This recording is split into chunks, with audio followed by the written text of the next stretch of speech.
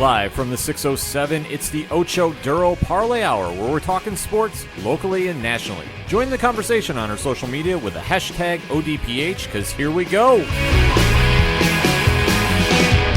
Instead of looking deep inside, every word I have to say, keep it simple. Welcome to another edition of the ODPH podcast, better known as the Ocho Duro Parlay Hour. I'm your host, Ken. I'm joining me in studio, as always, it's Padawan Jay. I got to say, I know for me, and I think for some of you here at the show as well, Locks and Leaps this past week in the NFL was ugly. I'm talking like you're the unfortunate person who has to clean up Bourbon Street after Mardi Gras ugly. It was brutal. Yeah. And we were going to get into it in just a minute, but returning from his journey to the stadium. His pilgrimage. To MetLife. Yes, it is your coach. It is my coach. It is the coach back from MetLife Stadium, Coach Duffy. Well, I can say that, it was a good Saturday and a really long Sunday. I got just one question. Did you find the Undertaker's urn there? I did not find the Undertaker's urn, but I was on the search for a black cat. Any of them, apparently, of the 18 rumored cats that are living in MetLife. See, I've heard it's as high as like 300.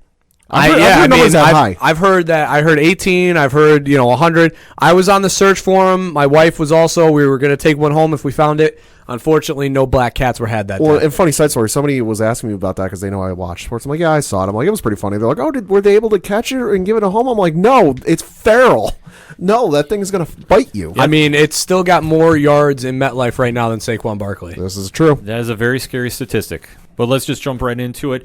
OchoDuroParlayHour.com has all our links to our social media accounts. We definitely want to interact with you, so join in on that and use the hashtag ODPH when you're joining in the conversation. Because let's just jump right into it. If you're into locks and leaps and you're just listening to the show for the first time, instead of breaking down every game in the NFL, what we've been doing is having a little competition, picking a favorite and picking a underdog via the Vegas line, and breaking down each game and seeing who's right and who's wrong. The competition is getting very fierce between Padawan Jay and Rich from Three Fat Nerds. I got to defend my belt. You got to defend the belt. This week didn't help. No, it definitely did not. So why don't you start us off, Pat? Who was your lock and what happened? Well, so my lock was the New Orleans Saints to beat the Atlanta Falcons because I'm sitting here. Atlanta's 1-7. New Orleans is 7-1. Drew Brees coming off a bye week. It's in the Superdome. Atlanta's been god-awful. You're welcome for that NFC South division. My Patriots just broke the Atlanta Falcons. And then the Atlanta Falcons came in and went, about that. Defeated the New Orleans Saints by a final score of 26-9. Matt Ryan, 20 of 35 for 182 yards passing, 2 touchdowns, 1 interception.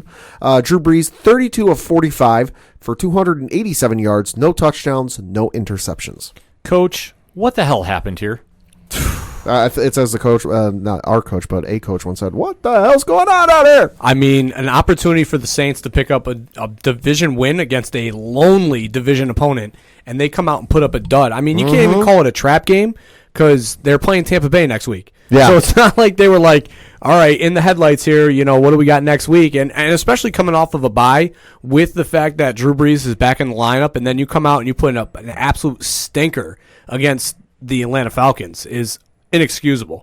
No, yeah, I mean, it's definitely inexcusable. And I mean, you look at it where the entire division, except for Tampa Bay, lost this past week. So you look at it, they're sitting in first place at 7-2. Carolina's 5-4. Tampa Bay's 3-6. Atlanta's 2-7. You really had a chance to okay, we're not talking, division. You won the division. You're coasting. You're on easy street to the end of the season. But you really got a chance to put some separation between you and the competition and really almost, have the door 3/4 closed on winning this thing.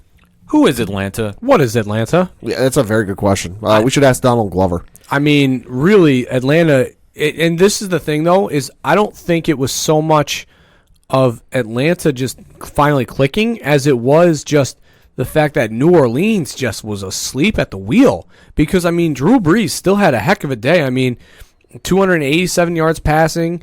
Obviously they couldn't get the run game going, but Michael Thomas caught 152 yards worth of passes and no touchdowns for either guy. So it's kind of like, what was going on with New Orleans? Like, why weren't they able to just stick these into the end zone? It doesn't make any sense. Well, I think it's Atlanta's defense finally show something. Good God, because that's been their one issue is their defense and their offense too. Because let's be honest, they've got enough talent on offense that they should be throwing all and running all over the yard. But you look at the game, Atlanta's defense got to Drew Brees 6 times and sacked him 6 times. I get he's a great quarterback and one of the best of all time, but you get him sacked 6 times, it's going to be hard for them to get anything going, no matter how much he throws. The most inconsistent team in all the NFL, even more so than the formerly known as San Diego Chargers. Yeah, this is true. Atlanta decided to show up for a week and be a spoiler in more ways than one. If you're doing survivor pools, that probably knocked you out. Yeah, for sure. I mean, that was probably a pretty guarantee popular there was pick. a lot of people in their survivor pools looking at what game they're going to pick, and they're like, "Ooh, this one will do good." Well, I mean, let's just talk about the fact that we were all on board with just this being a New Orleans revenge tour. That they were still seeking vengeance after what happened last year. Mm-hmm. Then they've come out of the gate. They played well. Drew Brees goes down. In comes Bridgewater comes in, saves the day, wins some games that probably people didn't predict him to win, and played well in them. Yeah. And all of a sudden, instead of being like, well, probably what a lot of people thought of being like 5-4 or even worse, 4-5, here they are 7-2. Yeah.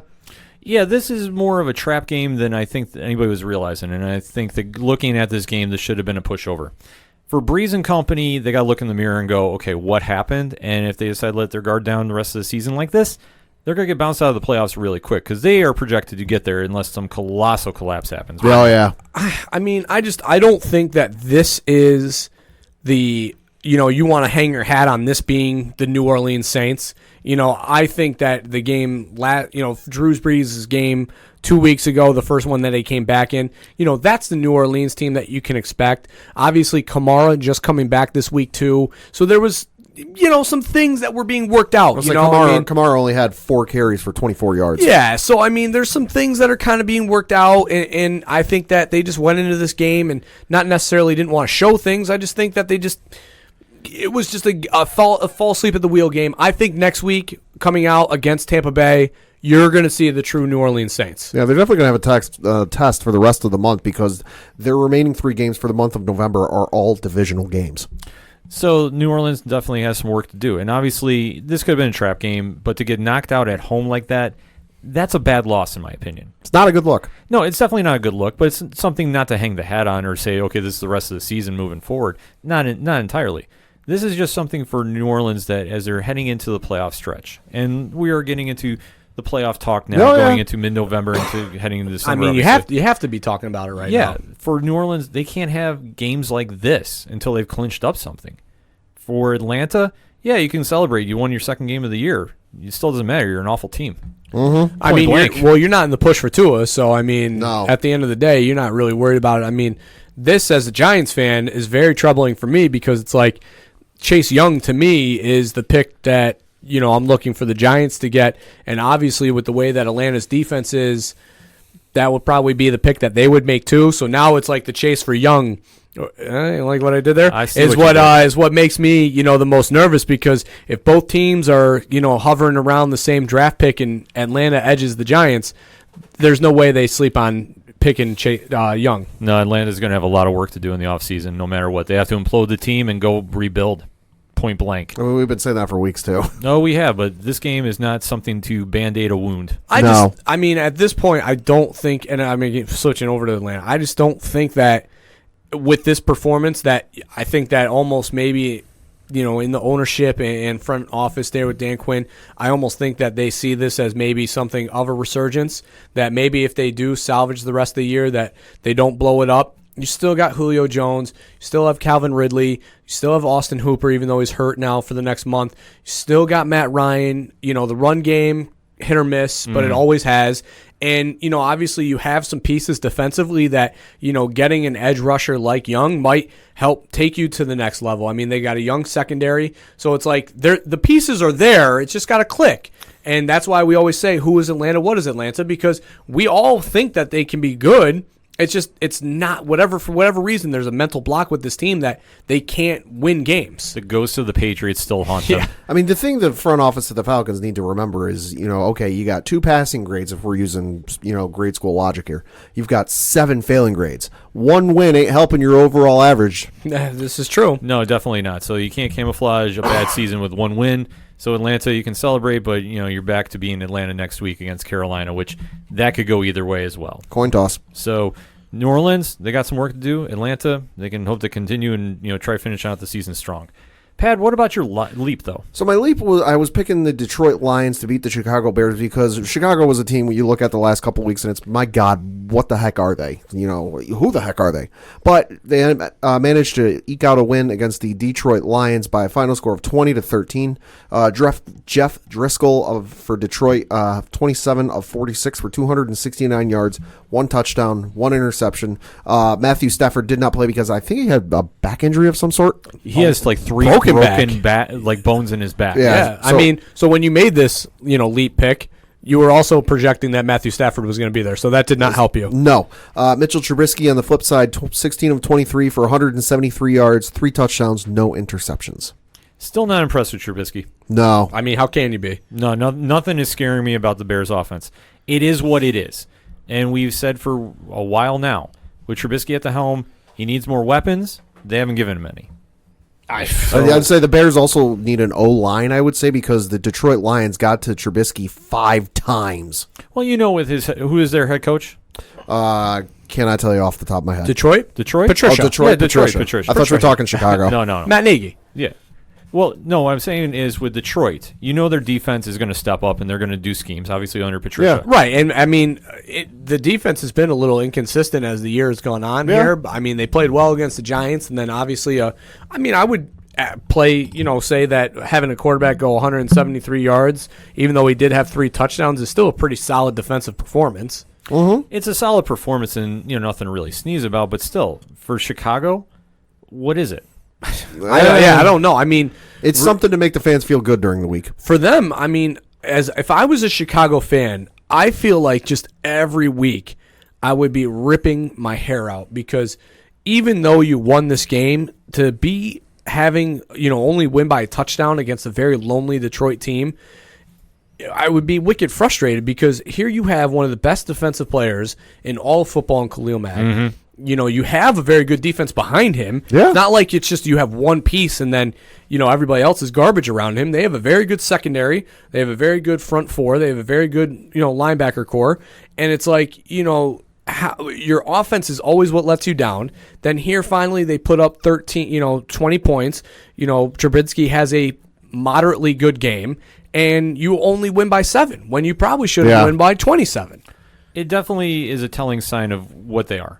And if they can't go and blow out a bad team like Detroit, who obviously has fallen off the rails ever since that, mysterious call game. Yeah. I mean, how and then you're a Detroit fan. How frustrated are you right now? You're sitting here at 3-5-1 and probably should be 6-3 instead. Yeah.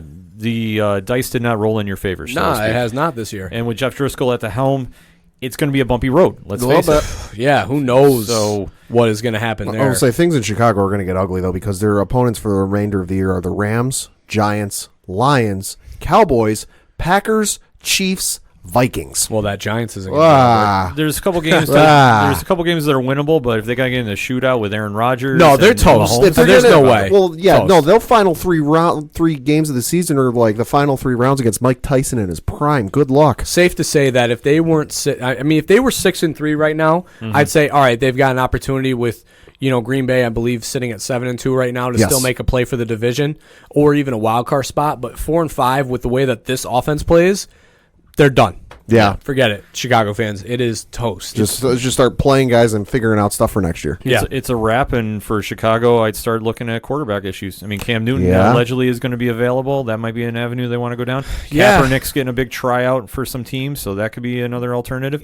And I don't know if it's necessarily just that or if Trubinsky just needs a number 1, because I don't think he's great, but I also don't think he's Trent Dilfer.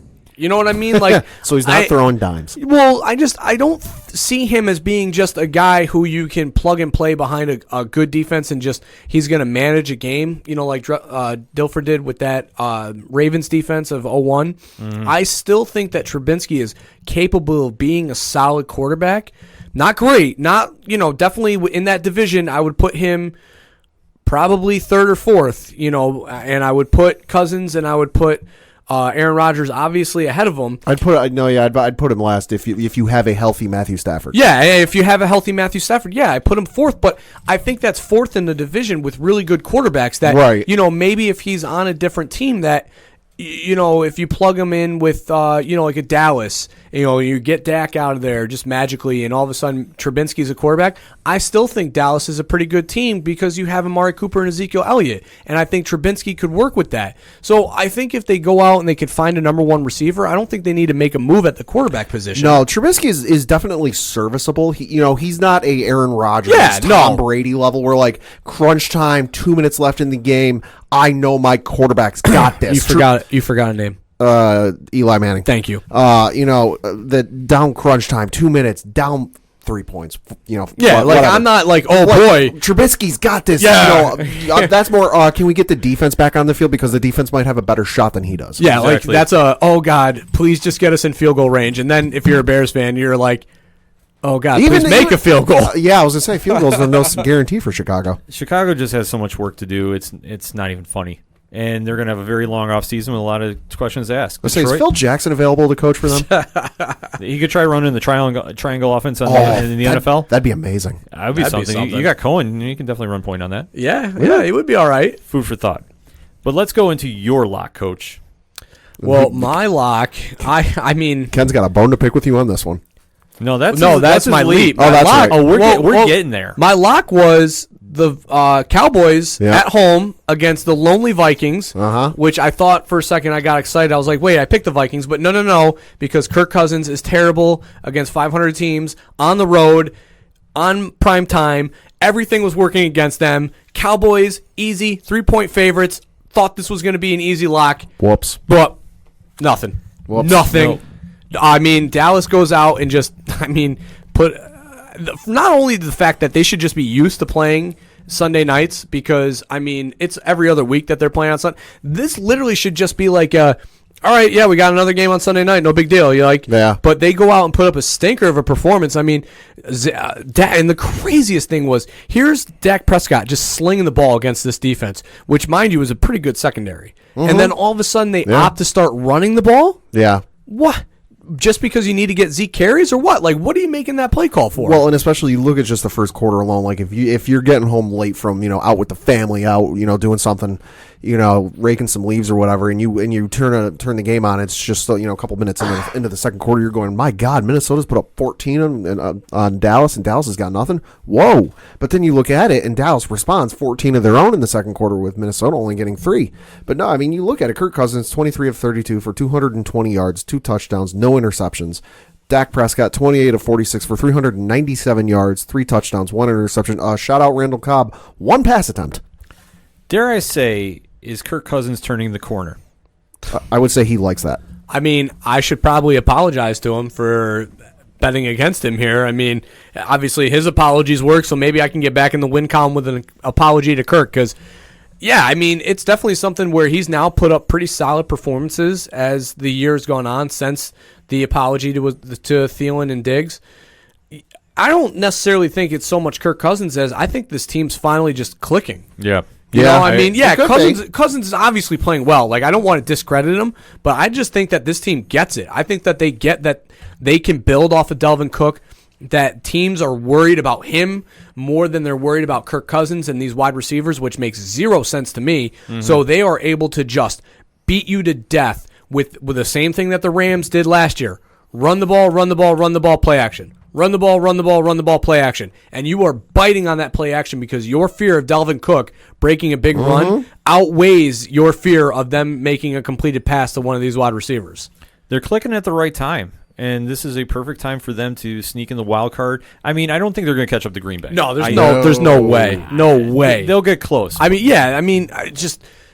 Well, maybe take that back. Maybe they will because Green Bay's defense is not playing very well right now. Not right now, but it's, like I said, it's going to be close. Like it could come down to like a Week 16 game. Sure. Oh yeah. That's how I'm kind of seeing this. But for Minnesota, since Cousins decided to do his apology tour, he's got a little new motivation. And the one thing about Kirk Cousins is, if you want to see him play well, tick him off, call him out, When he is calm and like everything's happy and everything's going right, he lets his play level drop. Counting that Oogle paycheck that he has. Well, exactly. and we all remember that whole debacle, whatever you want to call it, the week of, where it was the apology. Oh, I'm sorry, the radio show. And that's all the team heard about that entire week. And what happened the following Sunday? They came out and bawled. Yeah, that's the whole thing. Once Cousins was kind of saying, okay, I'm going to own up to this. This was his way of saying to his team, okay, I'm going to put the team on my back. You're giving me $90 million. Let me say that's worth it. And he's actually showing that they're doing it. Yeah. The defenses looked very clutch, too. No, the defense is definitely woken up because going into the year, I mean, we all thought that they were going to have a better defense than what had lived up and performed the last few weeks.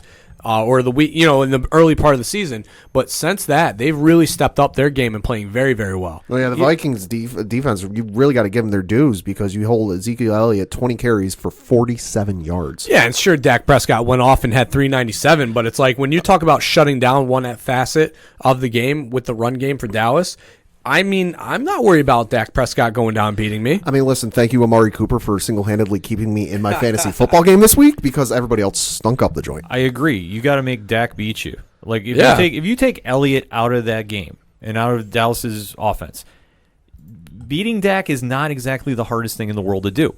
Is he going to ball with you? Sure. He'll definitely throw. He'll put up some numbers. Yeah, I mean, if you're going to give him time in the pocket, he's going to hit wide receivers. Yeah, but that's anybody. If you give Trubisky time in the pocket, he's going to hit somebody. I don't know. I've seen some of those throws. But I didn't say who, but he's going to hit somebody. Yeah, he's going to be somebody holding a clipboard on the sidelines. My point, though, going into this is for Dallas, you got your main weapon taken away, and for a guy that's screaming he wants $40 million a year. Yeah. Prescott's got to win these games. And I mean, especially when he performs the way that he does and has 397 and can't get one more in the end zone to win a game. Yeah. That's on him. Yeah, this was a winnable game for the Cowboys. Don't let the score fool you. It's not like Minnesota locked them down from beginning to end. No, Dallas was putting up points in the second half, but when it came down to it to get the winning drive going in, it just didn't happen. And for Dallas, you have a lot of people asking for more money next season.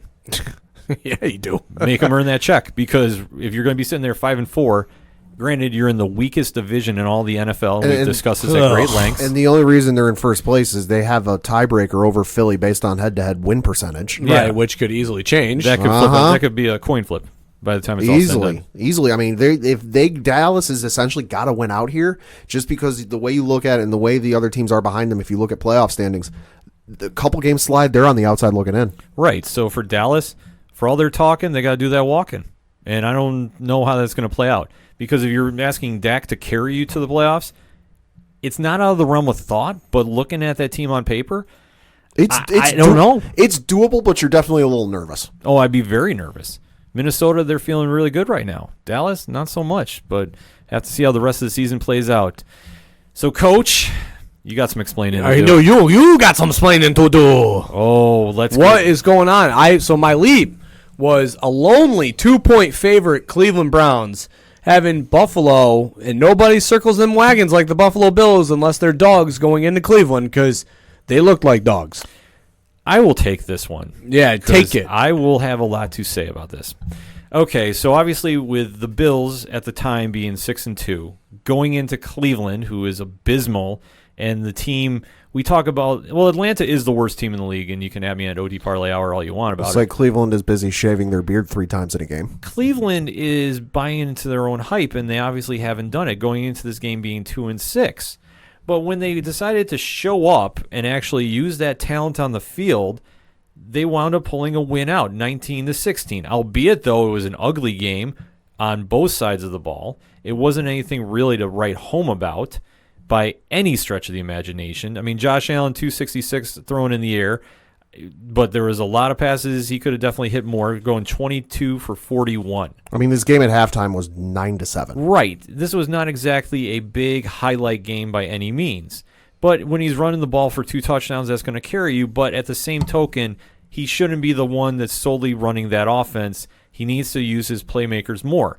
But when he's sitting there 3rd and 3 and trying to throw for 40 yards downfield, 4-0, he is still learning the game, and it's costing them at this point. So what is he playing Madden on rookie here? He's trying to, and this is frustrating as a Bills fan because he has a lot of talent. He is slowly putting it together, but notice the word I said, slowly. He has the team behind him playing lights-out defense, but then again, we're coming into the situation where we're focusing in either we stop the run and we give up these screen passes on the sideline, or vice versa. No, yeah, and I haven't been able to watch as many Bills games as you have, Ken, but the two I've been able to catch. I've noticed one glaring thing. That's whenever the play breaks down or the pocket breaks down and he's got to scramble and kind of move around a little bit, there comes a point where you go, okay, nobody's open, throw it away, throw it away. And all of a sudden he starts trying to be like Aaron Rodgers, Patrick Mahomes, and just scrambling around until some guy gets open. And meanwhile, you're just hurting your team even more. Like you see Tom Brady do it all the time. You see Drew Brees do it all the time. You see all the great quarterbacks do it where, hey, I ain't got nothing, throw it away. Well, that's the thing. He likes to rely too much on his arm, and I get that when you have an arm that you can throw 90 yards downfield in your sleep. But I also throw a lot of this on the play calling of Brian Daboll, the offensive coordinator. Okay. And I think that he abandons the run too quickly. When you have Frank Gore and Singletary, who are actually a very solid 1-2 punch, and we get away from it, and we're trying to do these long bombs when it's 3rd down and 3. It doesn't make any sense. The offense looks very inconsistent, and it's relating to Allen and how he's developing.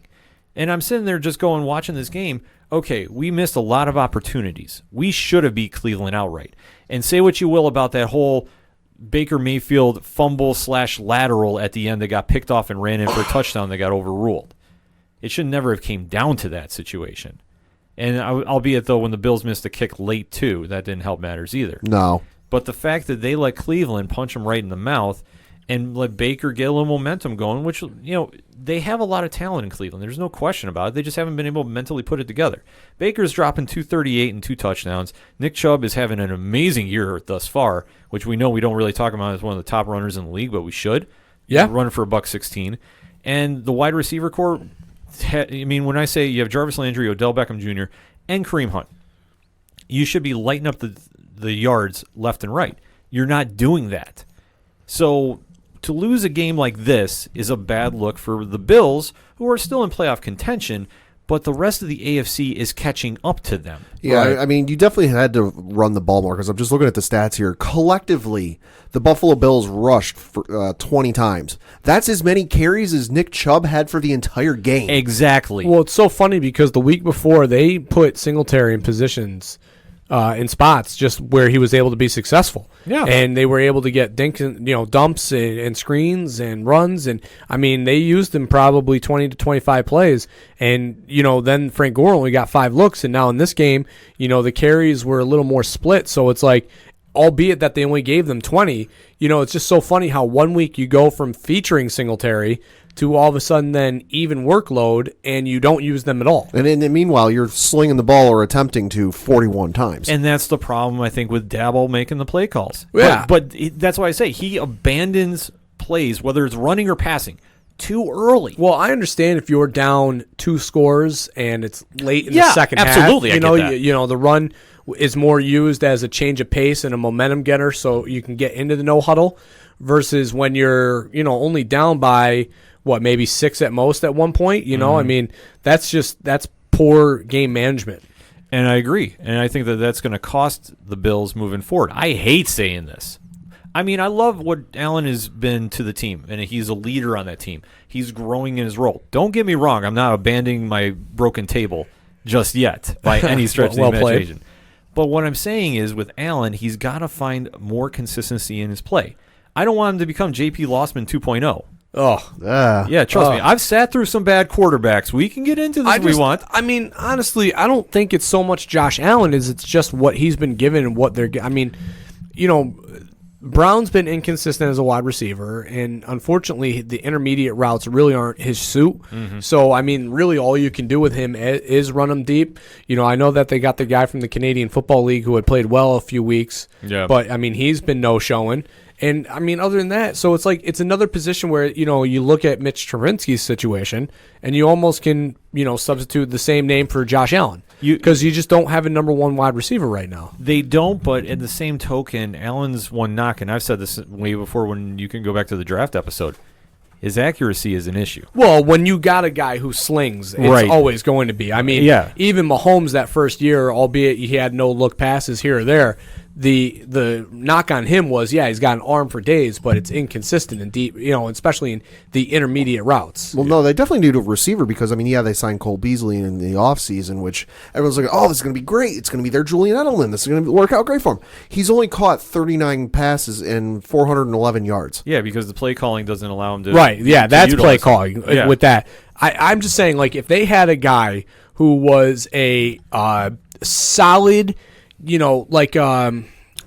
we had an AJ Green that is healthy, we'd be looking okay. Yeah, AJ Green. I'm also thinking more of like Michael Crabtree or even a Larry Fitzgerald type wide receiver who's good at the intermediate routes to get space and get open, because that's what those guys were great at, was running those intermediate routes. Because let's face it, when you have a quarterback who's not very good at those passes with accuracy, you have to have a wide receiver who can create space, and that's what both those guys did and did great. And Larry Fitzgerald's still doing is getting open by using his body in positions that he gives space for his his quarterbacks to make those throws. And Crabtree did the same thing for a long time. So it's like one of those guys with that bigger build would be perfect with Josh Allen. And then Josh Brown on the outside running those deep routes would have more chance to get open.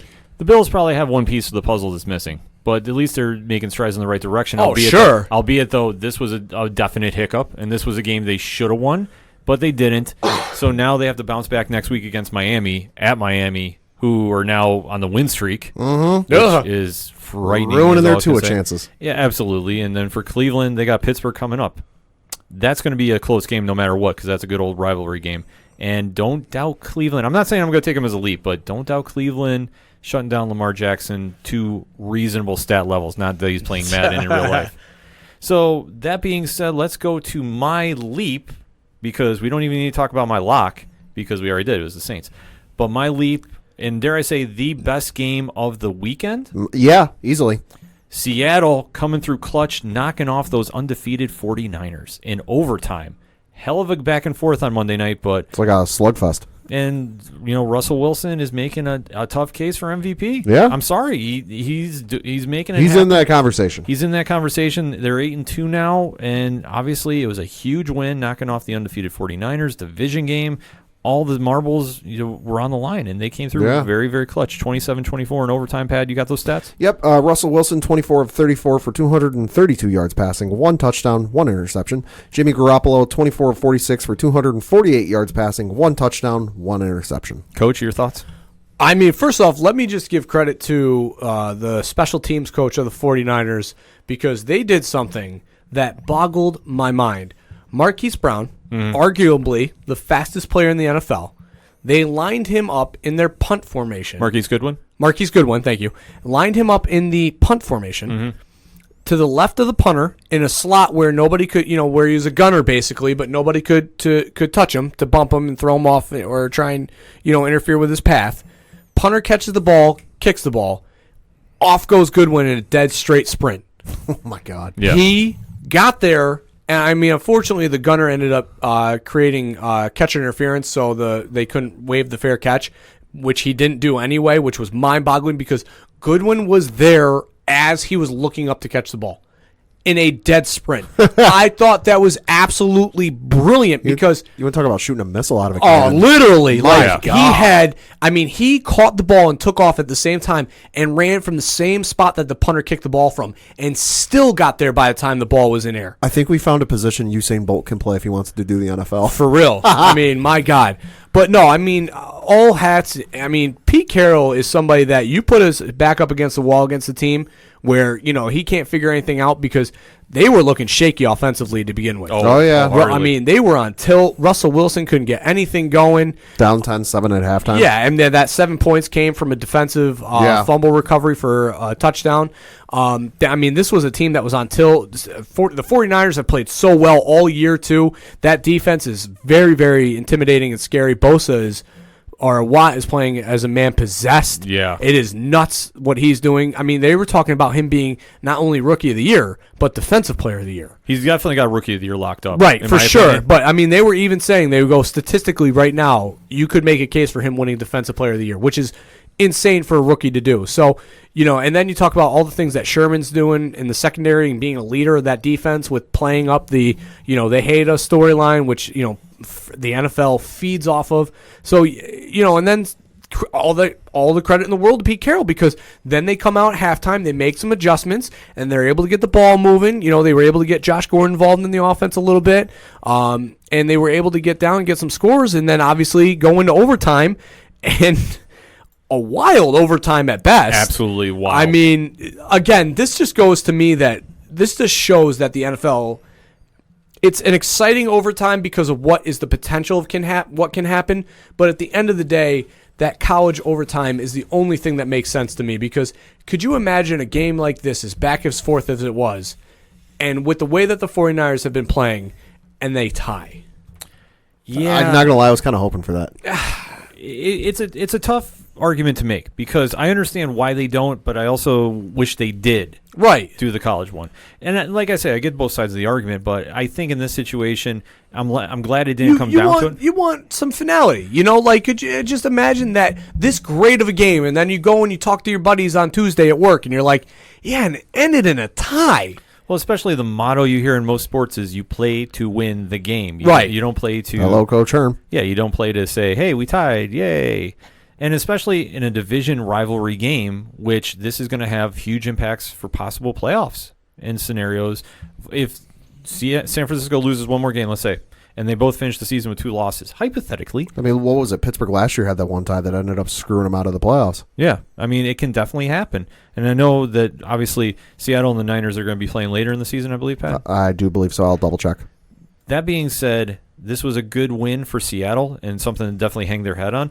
Carroll's culture that he has built in Seattle is definitely, no matter what the score is, we come to play. Week 17 Yeah. against San Francisco. Yeah, that could get flexed. Ooh. That could get That's flexed a 425 game. Still. No, I'm just saying it could. Yeah, that could definitely get flexed if that's still a time period in Week 17. Either way, it's going to be a huge, huge game. And for Seattle, great win. For San Francisco, albeit, though, missing some weapons. Emmanuel Sanders not in the lineup. Yeah, he goes Great. down weird with. I mean, he was running a 12-yard in. Yeah. And all of a sudden came up limp after the turn on the run, because he didn't run like the traditional stop and plant in. It was more of that like belly one. Yeah. And all of a sudden, ironically, comes up holding his rib cage and his stomach, and then all of a sudden they show him going back to the locker room, and I was like, uh-oh, that's going to be a problem, because, I mean, if he's down for any stretch, I mean, they got him for the purpose of they needed somebody for Garoppolo to work with as far as getting open. Right. And he was doing that. Should know for Week 17,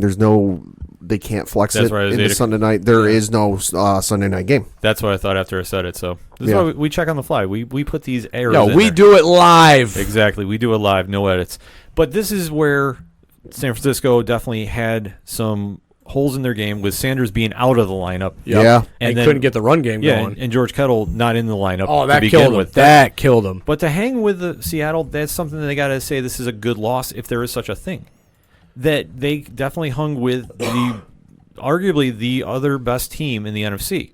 And you can make an argument, too, with a couple other teams. Yep. But for Seattle, for them to hang with them and almost pull that game out, it definitely shows where they've turned the page in San Francisco. And they definitely are making strides in the right direction. Had they continued to win, obviously they've been a great win. They're still undefeated, but then the pressure starts mounting when you're undefeated.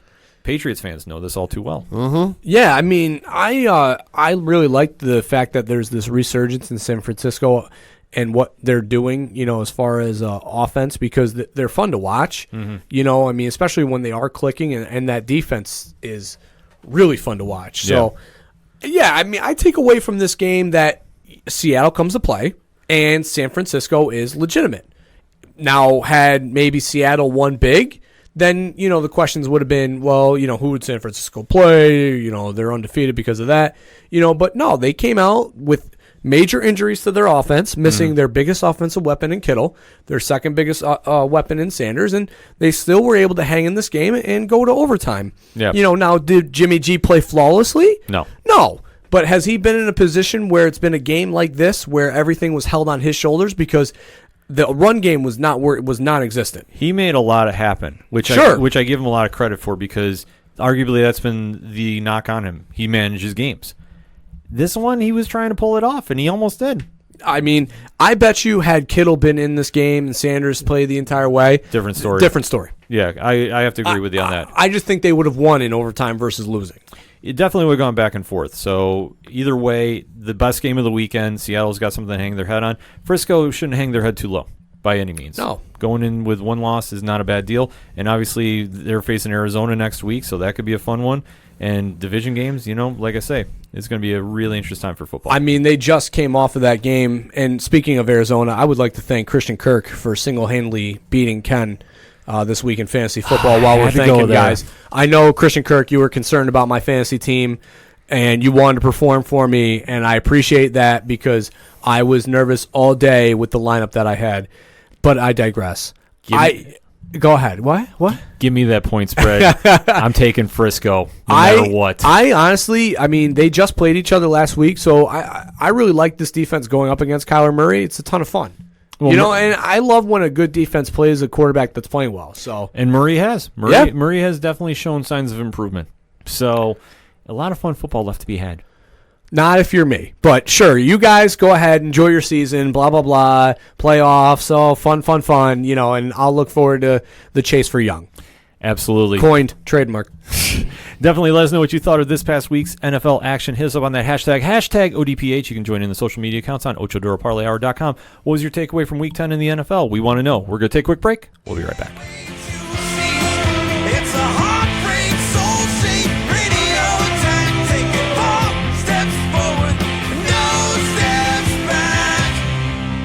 Hey, this is Vince the Common Man Ciatoy, local MMA fighter, telling you to keep on listening to the ODPH, the 607's up-and-coming newest podcast.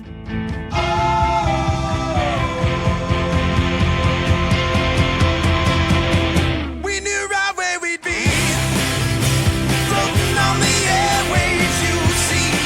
It's a heartbreak, soul-shaped radio attack. Taking 4 steps forward and no steps back. We knew right where we'd be. Coming back for segment number 2 on this edition of the ODPH, and we got to talk a little basketball.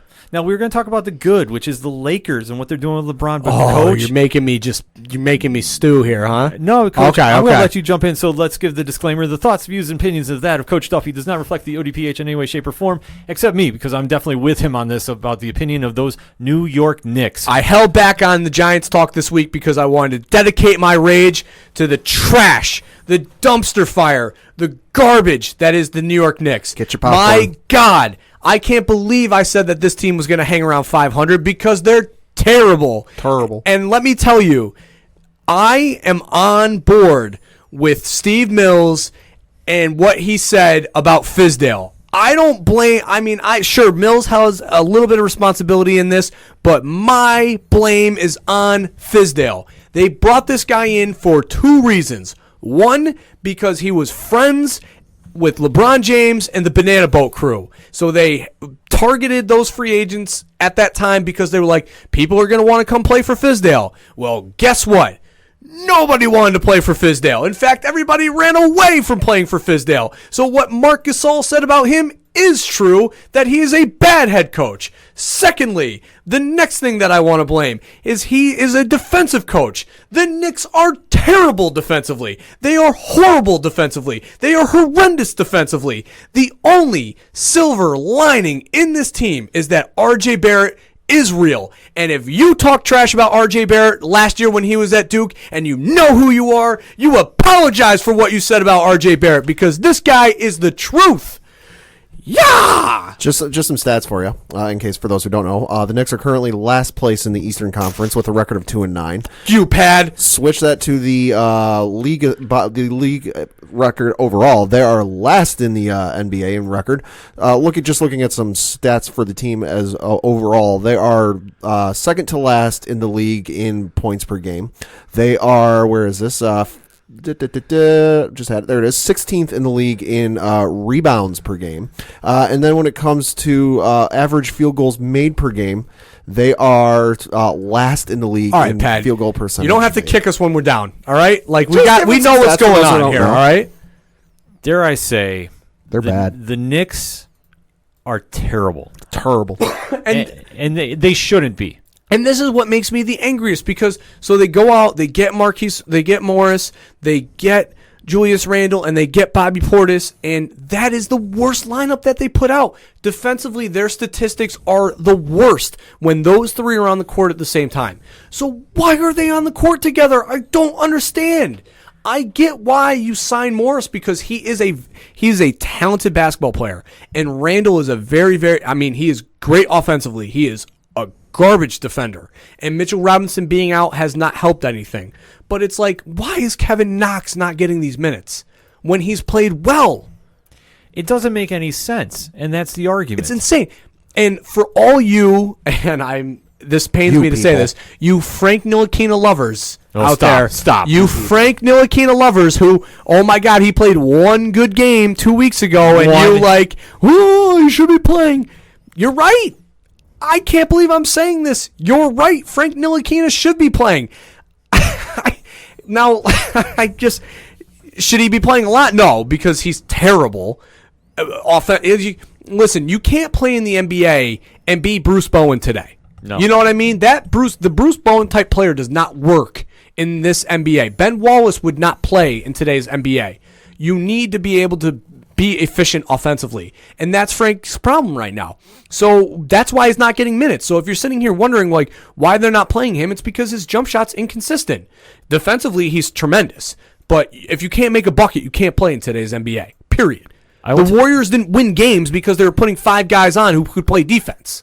I will say this: Frank should definitely get traded since he's playing well at this point. Yeah, hey, value's high. You know Exactly. Strike hot while it's hot. For the Knicks, it's awful, and the only solace I take is we're only 2 games behind Brooklyn. What's up? No, the only solace I take is the fact that there is a very, very good draft coming up right now, and from the little ball brother, from LaMelo Ball to Cole Anthony, who I hope so badly the Knicks get. I want Anthony. I don't want the LeVar Ball train. In I New York. don't want the LeVar Ball train either in New York. But you know what though, LaMelo, albeit he's not a very good defensive player either, that 6'5" frame with that I think 6'7", 6'8" wingspan that he got now since he hit that growth spurt is very, very attractive to me. I think the only people in New York and the Knicks fans that want a Ball in one of the Ball brothers in New York is the media, because all of a sudden the back pages are a lot easier to write. Yeah, and I mean I get that LeVar would bring a lot of baggage, but I mean I think LaMelo I think he's a real deal. I think he's not a generational talent, but he's very good. But like I said, I want Cole Anthony here desperately more than I wanted Zion. Whoa. Yeah, I said it. No, for real. The only thing I would say to this, and this is somebody who I would like to see the Knicks do well. I'm not bashing on the Knicks. I'm not hating on the Knicks.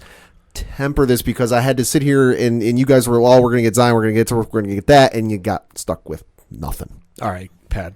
Wow, Pad. Fuck you. Listen, I'm just saying, it's the thing. Like, for how long? I know. Folks can go back through the tapes and go, oh, we're going to get Zion, we're going to get KD, we're going to get Kyrie, and he got left out in the cold. Yeah, I remember that. Okay, thanks. Because it should have happened. And it's not our fault that KD and Kyrie were too scared to come. They're too scared to come to the Mecca and play. No, I mean, you want to talk about this team's inconsistency. I granted, I don't know all that much about basketball other than the basics, but I'm sitting here looking at their schedule, and they're, okay, they had the one win against Dallas, 106, 102. But their other win about was to have a third win too. Their other win was against Chicago, where they won 105-98. Okay, good. Hey, you beat Chicago. You just lost to them the other night by 18. Yeah, well, let's dump on them while they're bad. All right, let's take that win, huh? Let's not talk about the negative. Don't jump on the bandwagon. We're 2-9. Yeah, baby. When we start rolling these wins off. No, but seriously, the only thing that I have going this year is that RJ Barrett's going to win Rookie of the Year because Zion's not going to.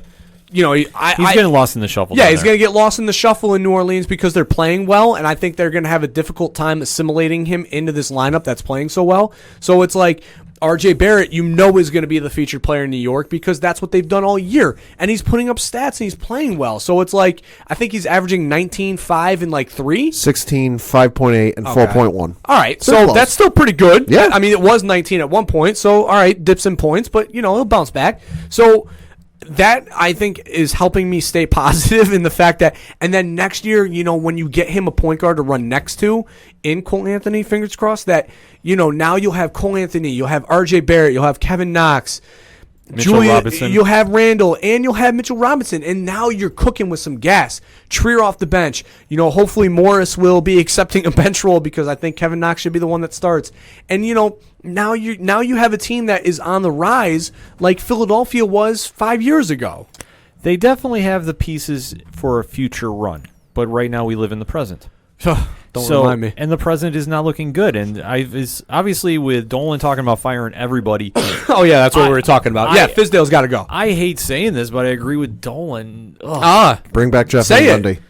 Gundy. Yeah. Pad, you were just trying to kick Yeah, off I the mean, show you're really today. trying to fire us up right now. No, I mean, you got to think about it, Ken. They brought in Fizdale with the intentions of, hey, he coached in Miami. LeBron was very high on him. He was very, an advocate of him. Dwayne Wade, the whole crew, they really loved him. Miami, then he leaves for Memphis, and all of them spoke so highly of his exit, about how great of a guy he was. And then, when the coaching search came on, I wrote that piece that, Jeff Van Gundy would be a candidate that would look good. And there was a couple other names that I thought looked good. Tom Thibodeau, I thought maybe might fit well here too. And, now you're looking at this and you're sitting here and saying, and then when he left Memphis, Marc Gasol came out and was like, thank God he's gone. And everybody was like, whoa, what just happened here? Like, And you all raved about him, and now all of a sudden you're sending your well wishes and you're glad that he's gone? Like, what's the underlying circumstances here? And then more came out about, how he would coach the team and, and all this stuff. And then the free agency comes and goes. Nobody comes to New York. Then this free agency happens when, it was supposed to be Durant and Kyrie, and you thought the relationships were going to be there. Then they opt to go to the Nets and play for Atkinson, who the Knicks also had a chance to get at one point and passed on. And now you're sitting here and you're talking about, all right, sure, Mills and the front office in New York absolutely has to be held responsible. And I'm glad Dolan didn't just come out and say that, nobody's having their feet to the fire, that the front office is there too. Because they do. They deserve it. My problem is when you're sitting here and you're talking about getting the Toronto general manager and I can't. There's been so many names. Yeah, I don't want to around. mispronounce his name again, but the guy, he's in Detroit right now, or Toronto. He's their general manager, Usaya. You've done this before. This is the same thing that we go down every year when free agency comes. He didn't want to come to New York before. He's not going to come to New York now. He even said that he wasn't going to come to New York. So let's not chase that. Let's go out and let's get an analytical guy who can look at the statistics and break things down that way. And let's get a head coach in here that knows how to work with young talent, that wants to work with young talent, like Bo in Philly or Brown in Philly. And let's get somebody like that. Let's get somebody maybe off of Greg Popovich's coaching tree.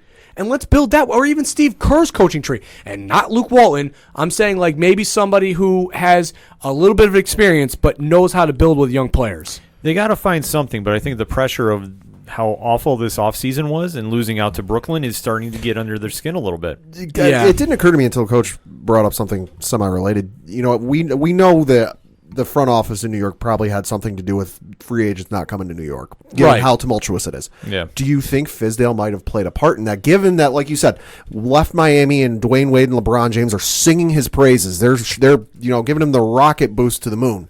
And then he goes to Memphis and comes out of Memphis, and all of a sudden those daisies and sunflowers have now wilted and died. That you got Marc Gasol trash talking him. Do you think that there might have been a stigma around him that other players like, you know what, I don't want to be around that guy? Possible. I think for sure, yeah. You can't sit there and look at the fact that nobody came as this thing where and even Porzingis, met with him and didn't really come anything out of it, and still requested a trade. So I mean, if a guy like that can't go and salvage that relationship, then obviously I think there is something, more to that. Because is the way I'm looking at it is, okay, you might have a front office that sucks, but if you got a head coach you like and you enjoy and you can get along with, he makes it bearable. But if you got a front office that sucks, a general manager that sucks, a team owner that sucks, and a head coach you can't stand, it's almost like, why am I getting out of bed and coming to work? Yeah. It's a tough argument to make, but I definitely see that point, and obviously there is a little smoke to that fire. So for New York, you really have to sit back and go, okay, where is the biggest problem? Because there are many problems. I mean, it's not just I Yeah. want to reiterate, I don't think it's just Fizdale. I obviously think It's him, that Mills and Mills. Perry have responsibility in this too. But at the end of the day, when they hired you and the intent was you're going to attract free agents here, and you don't, that is on Fizdale. And then at the end of the day, you have pieces in front of you, and you're not coaching them into positions where they're being successful. And that falls on you. And I think by Christmas Day at the absolute latest, well, before Christmas, because nobody's going to get fired on Christmas, Fizdale's gone. If he's not gone by the end of the week. The only thing with that is I don't think there's anybody there that would want the interim job, because they don't have the problem is, like, if you fired Tyronn Lue, you've got people in position. Like if Doc Rivers got fired in lost LA, they've got Tyronn Lue right there. If they fire Popovich, he's got assistants who have been there for years. Like, I'm just saying, like, the Knicks have no coaching staff. They with might not, experience. but at this stage, if it's still, let's say we get into double-digit losses and we still only have 2 wins and it's the end of November. Yeah, if it's at the end of December and they're at double-digit losses without double-digit wins, Yeah, he's gone. They will just they'll bite the bullet. And on you that know what? one. Just that I can't disagree Just with. take the team loss, and then for Fizdale, he might wind up in L.A. with LeBron because the Lakers have now ascended to the top of the Western Conference. So, like, Say 80s basketball fans are looking at all is right in the world. well, Yeah. this is absolutely a little. I don't want to say mind blowing, but if you think about how toxic, if you want to talk about toxic cultures, last year with the Lakers. Oof. And how they've now turned it around to a 180, albeit Anthony Davis does help. Anthony Davis helps in not having the entire, roster on the trade block, including the janitor. Right. And obviously you have the whole Magic Johnson drama gone. Yeah. And I think the other thing is that last year with Walton, whatever they were thinking with Magic Johnson and what Luke Walton, what they were trying to do with putting other guys who can run the ball around LeBron so they can try and pace or space and play, and try and push the pace by having a bunch of ball handlers on with LeBron. I think that ultimately was a problem, because historically LeBron's played well with shooters around him, and now that this year this is what you have. You've got Kuzma, Davis can stretch the floor a little bit. You've got KCP out there who can stretch the floor. So you've got players that are around him that can shoot the ball. And I think ultimately that is what's helping this team, because LeBron can run and distribute and still score and be efficient. And that's what they need to do. And obviously it's success right there, especially with the Clippers being the resurgent team. And we thought, okay, everybody's going to run right away with them. Well, let's simmer down now, because Paul George is coming back. Well, this is going to be a whole different story. Yeah. But for right now, to see where LeBron is and where he's putting up stat-wise, it's really remarkable to see the turnaround, especially at his age with all the tread on his tires. And let's be honest, Sure. It's been there. But to see how the day and night difference has now happened, this is a truly remarkable feat, in my opinion. It's remarkable, but at the same time, maybe pump the brakes a little bit. We're 3 weeks into the season. The legs are still fresh. They're still there's a pop in their step. Let's look at it and kind of go back at it when you're kind of deep in the season. You're going on those back-to-backs, and you're going on this those long stretches where you might have a bunch of road games. What I will say, well, they will when the Emmys come through. They'll be on that long stretch. For me, I still hold the Clippers as the team to beat in the West. Mm-hmm. When Paul George comes back, and mind you, when they played the Lakers and the Clippers, that was just Kawhi Leonard, and he absolutely locked down the Lakers. Yep. So with Paul George coming back, I believe he's going to play tonight or this weekend. This is going to be his first game. I believe this is the weekend. Yeah. they are going to be still scary good. Now, the Lakers are going to give them fits. I mean, listen, Anthony Davis and LeBron in any lineup is going to give anybody problems. But when you talk about the fact that the Clippers defensively are as stout as they are, because that is the end that Kawhi cares about. Kawhi doesn't care if he gets 40 on the other end. He cares about you not getting 40. Right. And when Paul George comes into that and, they start feeding off of each other, it's not going to be hey, how many did you finish with? Oh, I was 28-5. It's going to be, how many did your guy score? Oh, really? Because my guy got 13. That's what they're going to care about. Oh, it's a completely different culture. Oh, Exactly. I get that. But for the Lakers, like I say, this is where to see where they've gone to where they are now. Yeah. That's the telling point of this week. I mean, obviously, when the Clippers come back and they're at 100%.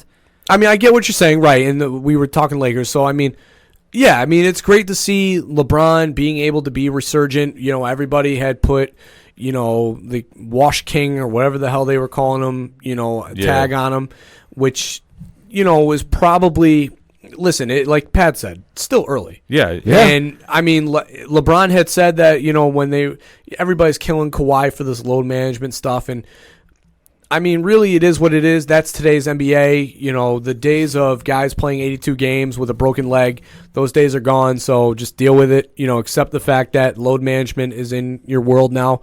I don't think, and LeBron came out and said that if he's healthy, he'll play 82 games.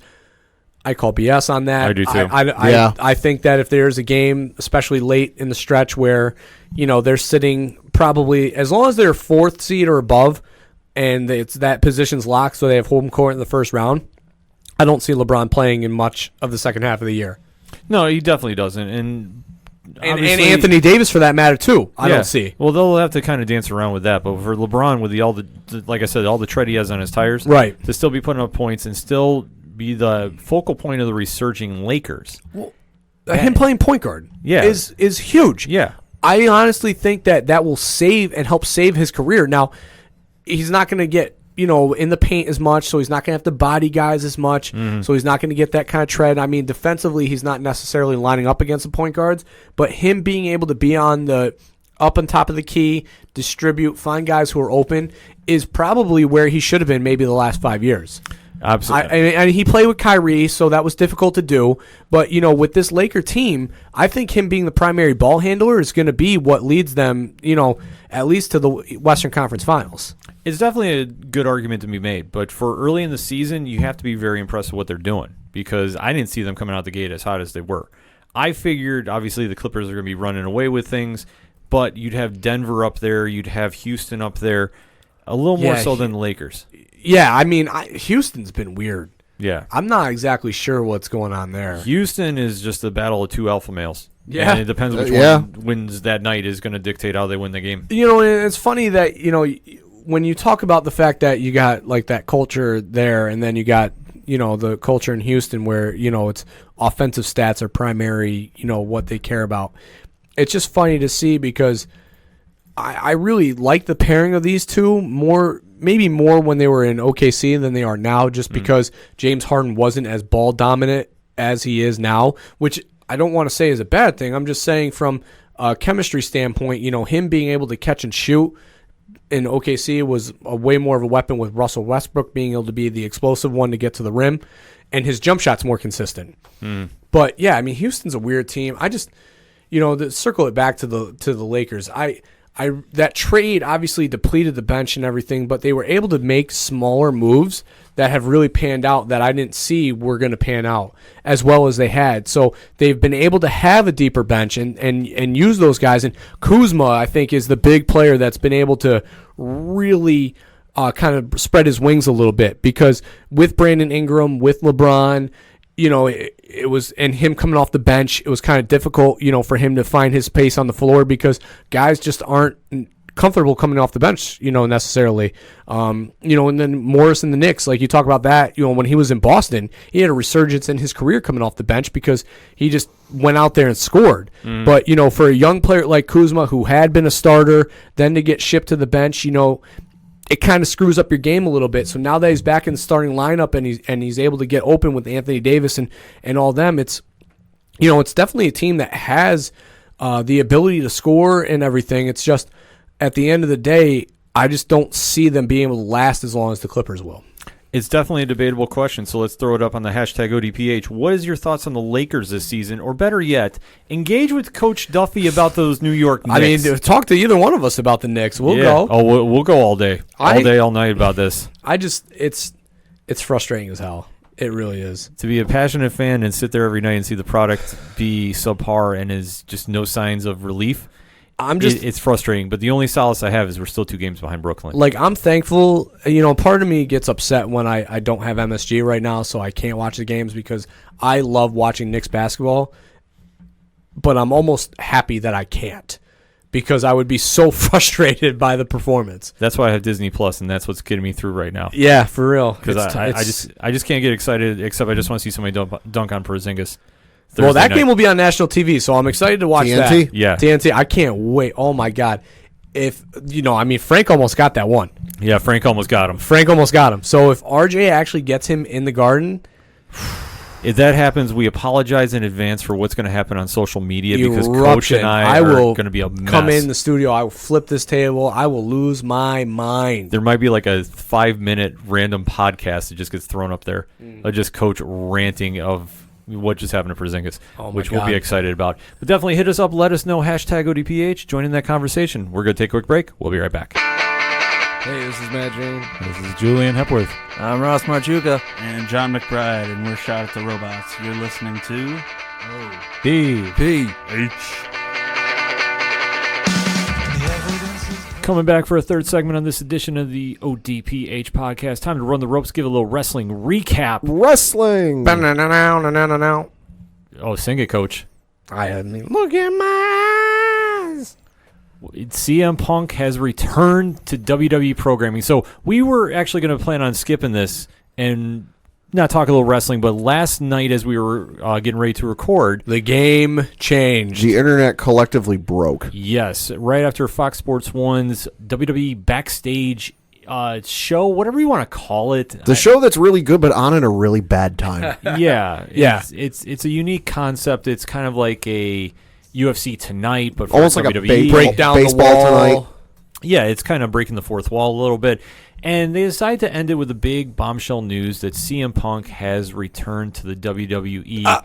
Okay. Or Fox. Well, no, so, we don't know. Well, no, we do. The contract is with Fox. Okay. Fox wanted to hire him. Right. But the story is that, or the rumors say that Fox wanted to hire him, but before they went about hiring him, they went to the folks that be at WWE and asked for their blessing. They got it. They then proceeded to finalize the paperwork and get it all set. The only person they told about this was Renee Young, who that's why when she went to make the announcement on the show, she knew what was going on. And everybody else, Booker T, Samoa Joe, Adam Cole, Paige, were all like, what the heck's going on? So that's why that was genuine. That wasn't them just acting. They had no clue. And to give our listeners, in case you're not familiar with the whole CM Punk situation, I guess is the easiest way to describe it. Travel down the rabbit hole here. How much time we got? Well, we'll give the speed version. CM Punk is a very well-established pro wrestler, and he left on very controversial terms with the WWE. And he has been gone Very from the bad limelight. terms. Very bad terms that we thought hell would have to freeze over for him to come back. Did a Yeah, podcast, lawsuit, 2 lawsuits, Yes. and today. Didn't just burn bridges, like drop napalm on them. That's fair. Yes, he has been very outspoken for his displeasure for the WWE. I That's think one way to put it mildly. putting it mildly, I think at one point he said that he wouldn't ever consider going back to WWE until Vince McMahon was gone, and even then he wouldn't because his son-in-law would be in charge. And then I also heard that he wouldn't come back unless the bag was big enough. Right. So obviously his stint away from the pro wrestling limelight has been mixed, to say the least. High-profile UFC fights, albeit the fights were not exactly going in his favor because his mixed martial arts career was nothing to shake up, but he's had some successes in other ventures. I know he did some run with Marvel Comics, and he's in some like horror movie or something. Yeah, now. he's gotten good reviews. Like I said, it's been mixed. Yeah. I mean, his athletic career, not so much, but he's definitely dabbled in the comic world with Marvel Comics. I think he wrote the Drax series. Yep. And obviously he's kind of tiptoed in the film area too, doing a couple films. So he's stayed active, and obviously the question that if you go to any pro wrestling arena is, would he come back? You could always hear the chants of CM Punk reigning loudly on WWE programming amongst other promotions. Then So AEW came out, the rumors of Punk coming back to them. Yes. So I mean, there's been a lot of talk. There's been a lot of talk, so obviously when Punk is getting mentioned, it's going to give a reaction one way or another. There's a lot of fans of his out there, me included, Coach as well, Pat, and there's a lot of fans that just frankly don't care for his shtick. Well, I mean, to be fair, I've had a change of feelings towards Punk because when he at first left, I was pro Punk. Then as things kind of came out and more stories came out, I was a little anti-Punk. Because I was a little disappointed, and a lot of people made a lot of good points about, taking his ball home and ultimately leaving, and, the boys and all that stuff. And I was kind of like, that makes a lot of sense. But then Punk, reiterated that it's his life and he's going to do what he wants. And I was like, okay, that's a fair point. That's a fair point, Mr. Punk. So then I was back on pro Punk. And then, the whole thing happened with a friend of his that's no longer a friend. And then I was like, wow, that's kind of dirty. But then more story came out about that, and I was like, pro Punk again. So I'm glad to see him back. I'm pro Punk again. Like I say, you can hear the polarizing reaction. I mean, I got into pro wrestling right as CM Punk left, so I never really got the chance to kind of fully, get into the summer of Punk or, what have you. But having, gone and back through and looked at some of his promos and stuff, he was a very captivating person for his time. I mean, just go back and look at his pipe bomb promo he dropped in the, in the middle of the entryway there and just sat down and just told it like it is. He was a guy who was never afraid to tell it like it is, wasn't afraid to say what was on his mind because he's like, what's the worst you're going to do? Fire me? All right, I'll go work someplace else. Punk is definitely one of those people that really is DIY when it comes down to it. I mean... And does not care what you think and, frankly, will not have his opinion swayed one way or another. You can almost compare his abrupt leaving of the company, of like a Jordan. Yeah. When he left basketball, because he left, arguably right in the prime of his career. Obviously he wasn't in the hottest storyline, but as far as a fan standpoint, he was always popular, regardless of whatever he was doing. Mm-hmm. So, his abrupt leaving, really, hurt us as a fan base because I think the general population, whether you loved or hate him, had a strong feeling towards that. Either you loved hating him or you loved loving him. Mm. So, him leaving and that void that was left for us wrestling fans. I mean, since that point, AJ Styles had kind of filled that void. Daniel Bryan was able to fill that void a little bit, but they weren't Punk. So him coming back, I am nothing but excited for.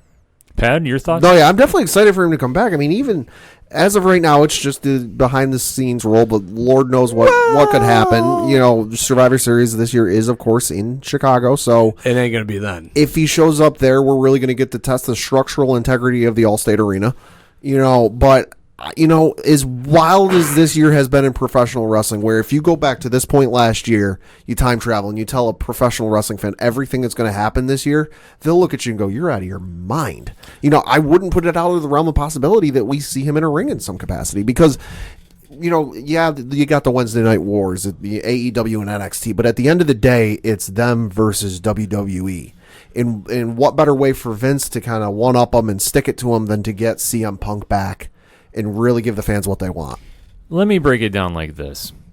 There was no way Fox was signing him without the idea that he would not come back to the ring at some point. For real. And if anybody is saying this whole, well, he's just signed to Fox, he's not going to come back, listen, open your eyes, get some drops in him if you can't really see the picture, because I'm going to break it down like this.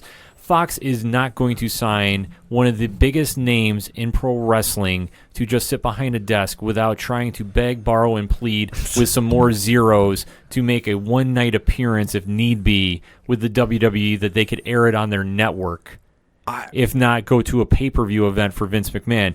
The fact that he is back means, the bag is very big. The fact that that Fox, WWE on Fox Facebook account shared the CM Punk pipe bomb promo this afternoon, as we record, says a lot.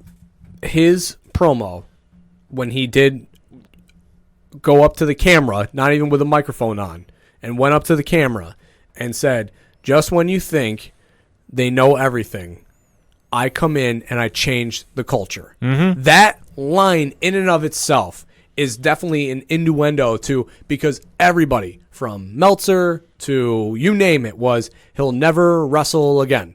Mm-hmm. Then for him to come out and say, you smarks think you know what you're talking about, you don't know shit, I'm willing to do whatever I want to do, because the ball is in my court. And if you think that he ain't wrestling, like you were saying, Ken, you are dead wrong, because he will be in a ring, and I'm going to tell you when.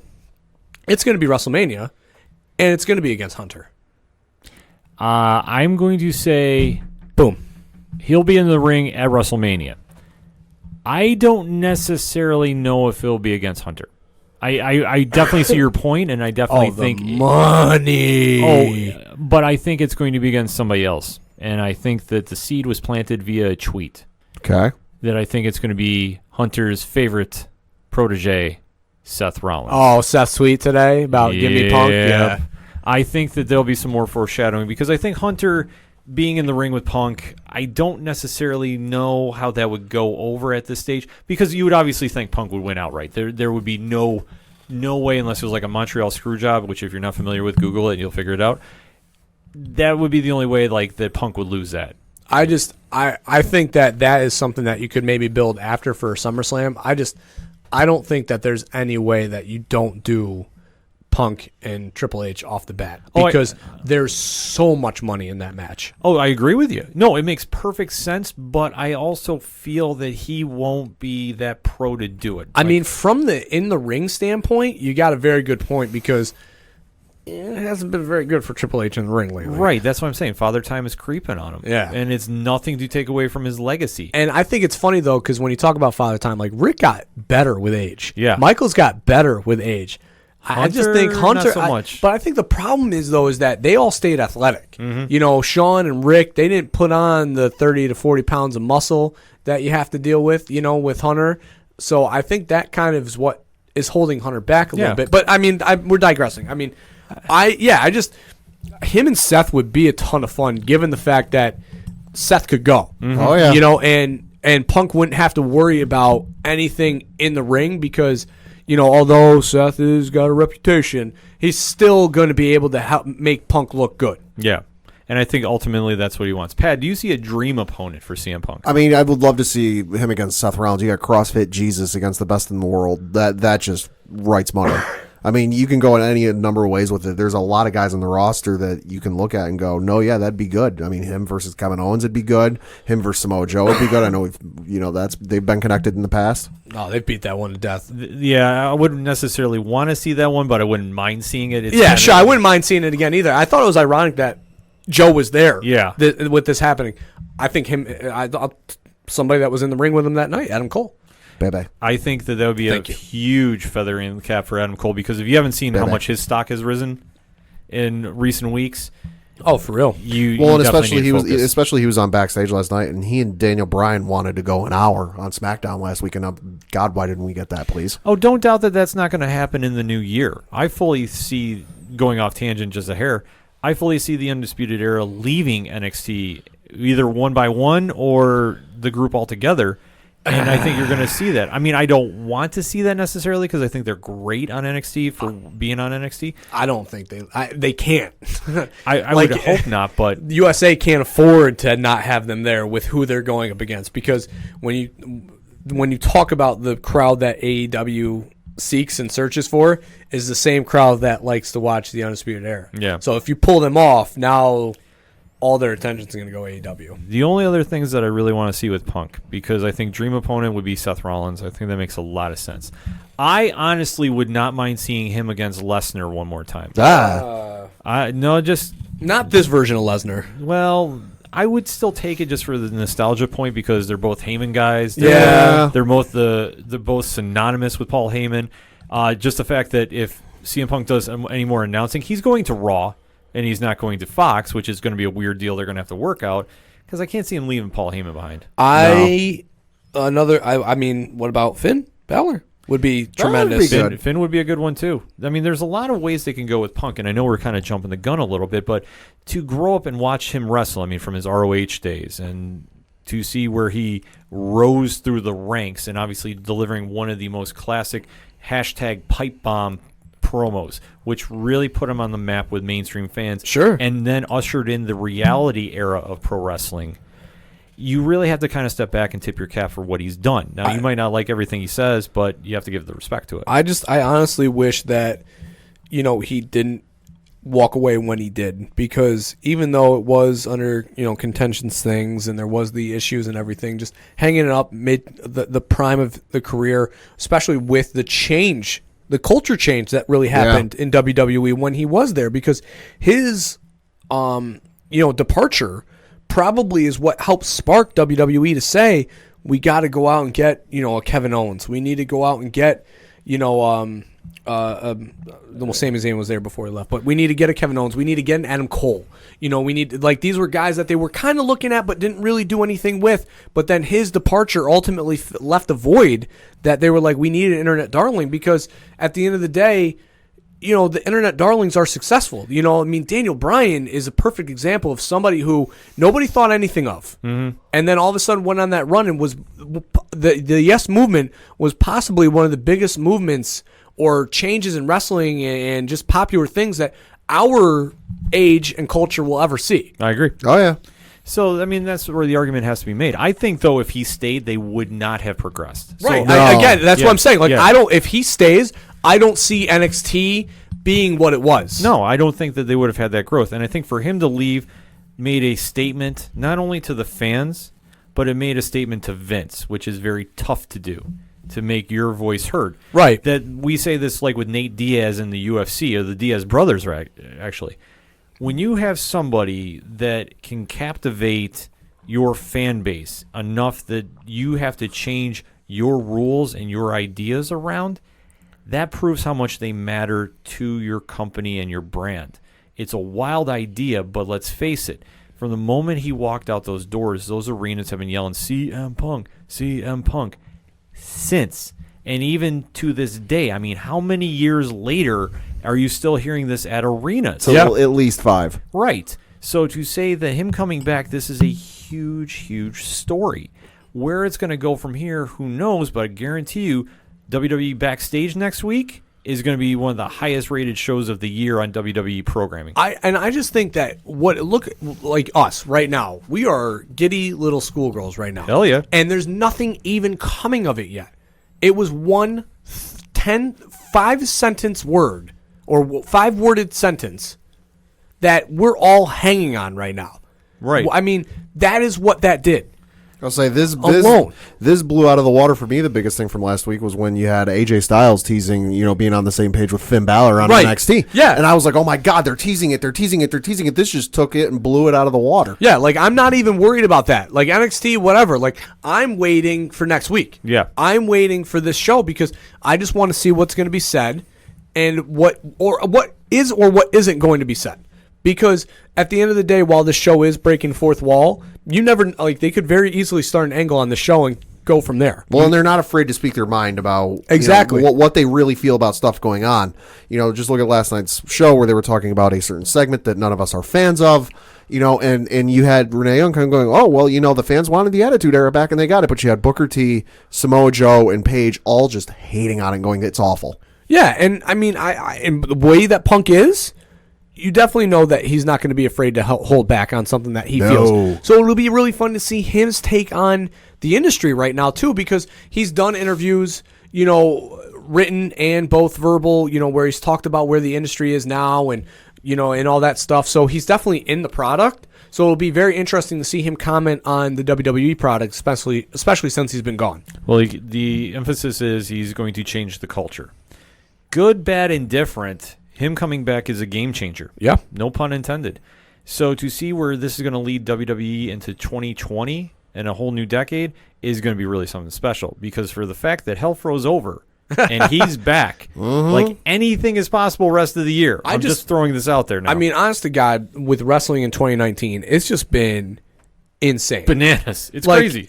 We said this when we started doing the wrestling show and everything. Yeah.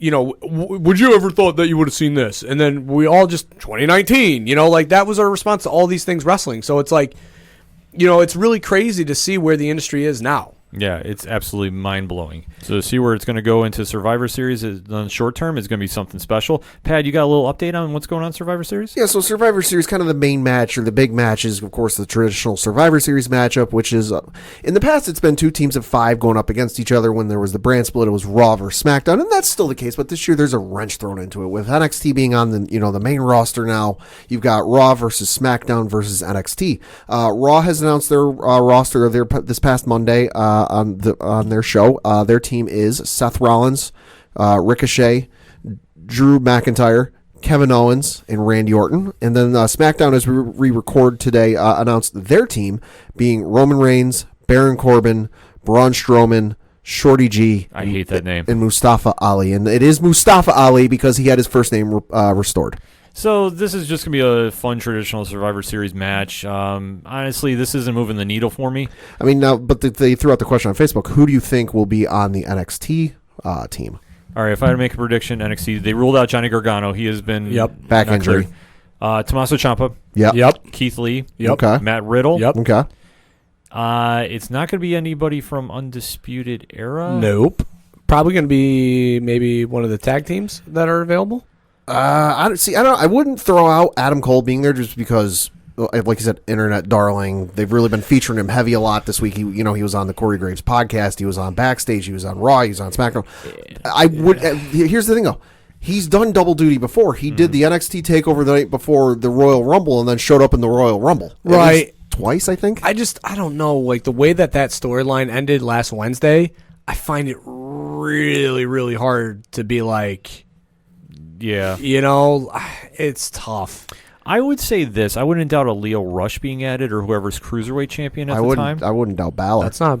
And Finn Balor. Finn Balor's down there. Because they're going to need something to do with him. What about Velveteen Dream? Yeah, Velveteen is actually that's more of a lock than I would say the cruiserweight champion. The Chicago crowd, Velveteen showing up, they're going to freak out. I don't know. I mean, with what's going on with Finn, I mean, that would be a pretty... it's so hard because it's like they have these storylines of these guys being so, like, hating each other that But Survivor Series, Series, I know, it wipes it away, disbelief and all that garbage. I have a tough time. Drew McIntyre took off Seth Rollins' head how many times, and he's going to be teaming with him? Right. Well, that was months ago, though. Yeah. Drew and Seth haven't seen each other now for like 3 months. The one that is interesting in that group would be Baron and Roman, who have been on again, off again for like the last couple months, recent. Yeah. So it's like I don't know, like. I just feel like if you book them, like having them be a team kind of just like takes away their momentum that they're building. I agree. You know what I'm saying? Like Yeah. I feel like if you put Finn, who has now just been this like I'm running in and I'm just bashing your favorites, spiking Riddle on his head, beating up Gargano to the point that now he can't wrestle. Like all of a sudden then they had the Adam Cole thing the week before. So all of a sudden now you have him come in and be on this team with a bunch of NXT guys. It just feels like weird to me. It is weird, but it's Survivor Series. It's Survivor Series, so it's like it's reasons. Yeah. So Right. obviously, I suspend this. This is just going to give some people something to do for that match because the match of the night has already been announced. In my opinion, Yeah. Shinsuke Nakamura, Roddy Strong, AJ Styles. Yeah, it's gonna be Match of the year. With the five man group tag team triple threat match. I don't like that. Too many bodies. Yeah. Like it would have just been perfect had it been like, the winner of a coin flip gets a bye, and then it's NXT versus SmackDown. Then the winner of that faces the winner of the bye, which would, my example, be Raw. Like that would have been perfect because that's 15 bodies. It's a lot going on. In one time with a group with tag team, like they're literally going to be interacting with each other on the outside of the apron because they're all going to reach each other. Yeah. So, whatever. But then that match. Triple threat matches can be tough, can be a little too spotty.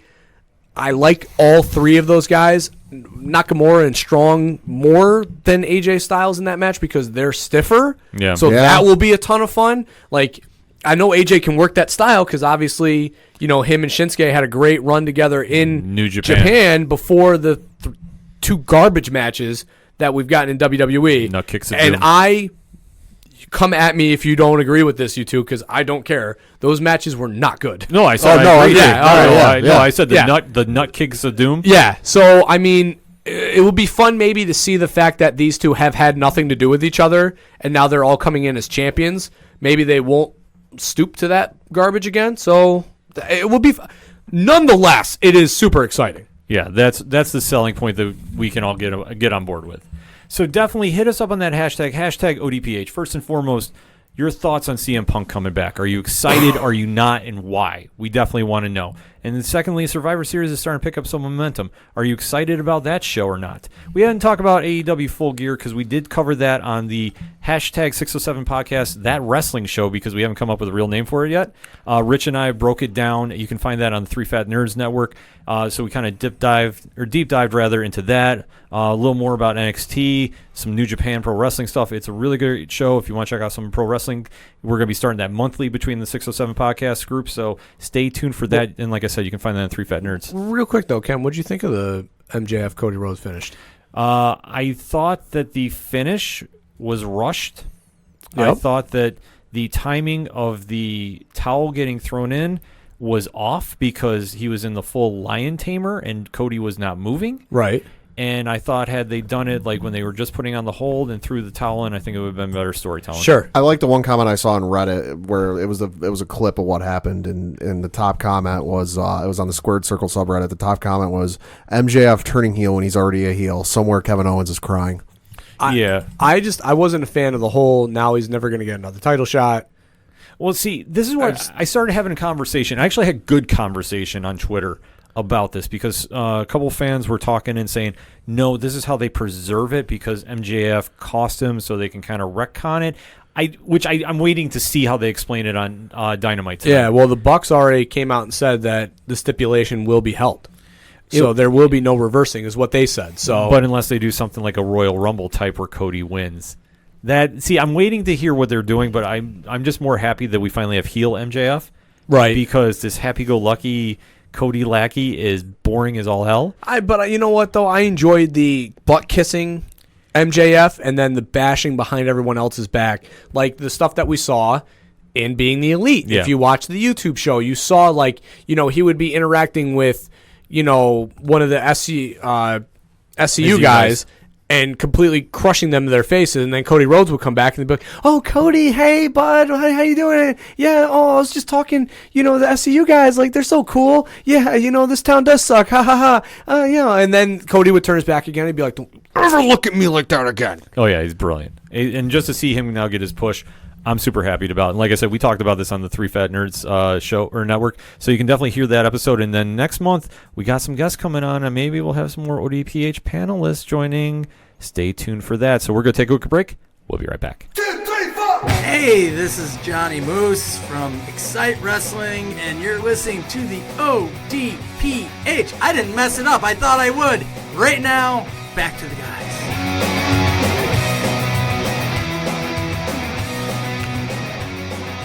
Coming back for the final segment on this edition of the ODPH podcast. Pad, you got that local minute, right? Yep, got to talk a little Binghamton Devils news. Looking at their games from last week, Wednesday they defeated the Utica Comets by the final score of 4-2. Friday night they defeated the Americans by a final score of 4-3. And Ken, you got to give a disclaimer for this one. Wow, a double disclaimer. The thought, views, opinions of Padawan J do not reflect the ODPH podcast in any way, shape, or form. Listener discretion is advised. So Saturday night, home game against the Utica Comets happened to be my birthday. Gave a dollar. Happy birthday! Gave a $1 donation to the. The dollar went to a Make-A-Wish Foundation. Had my name read off in the arena. It was a great experience.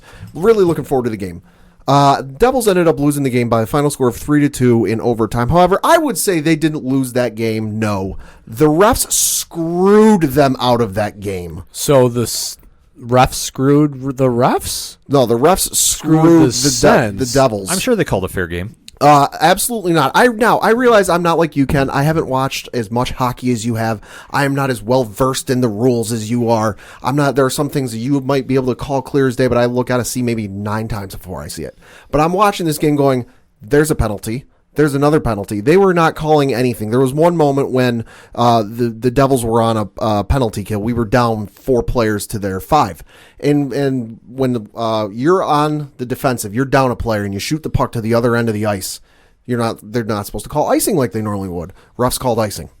There was one moment when a player got knocked down into their goalie by another player, but we got called for goalie interference.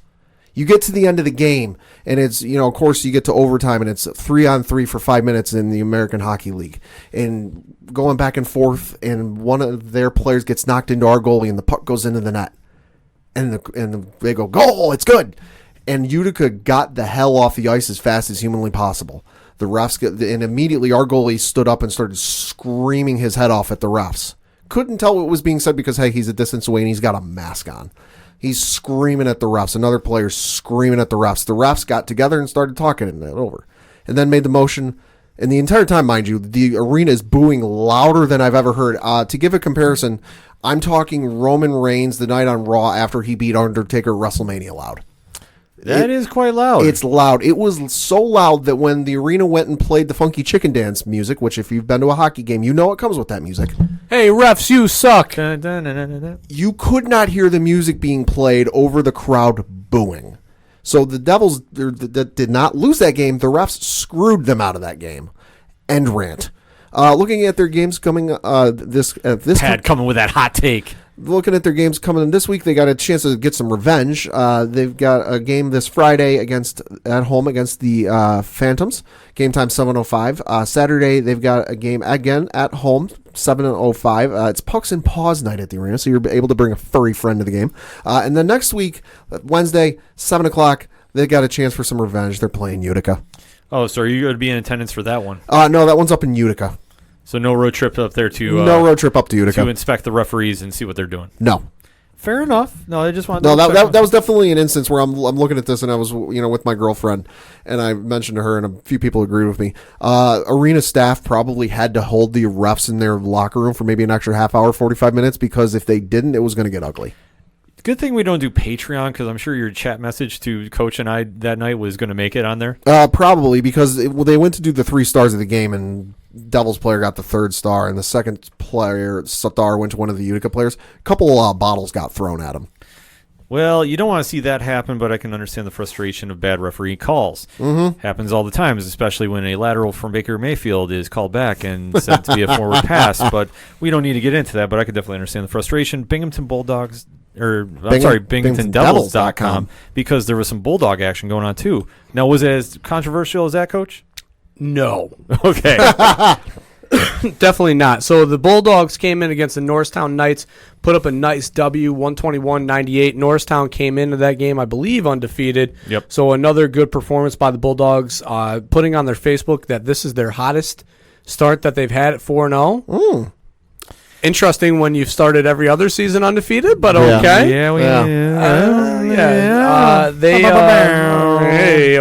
They have a home game Saturday, November 16th versus the Westchester Wildcats at 7:05. That game again will be at St. Patrick's Gym in Binghamton.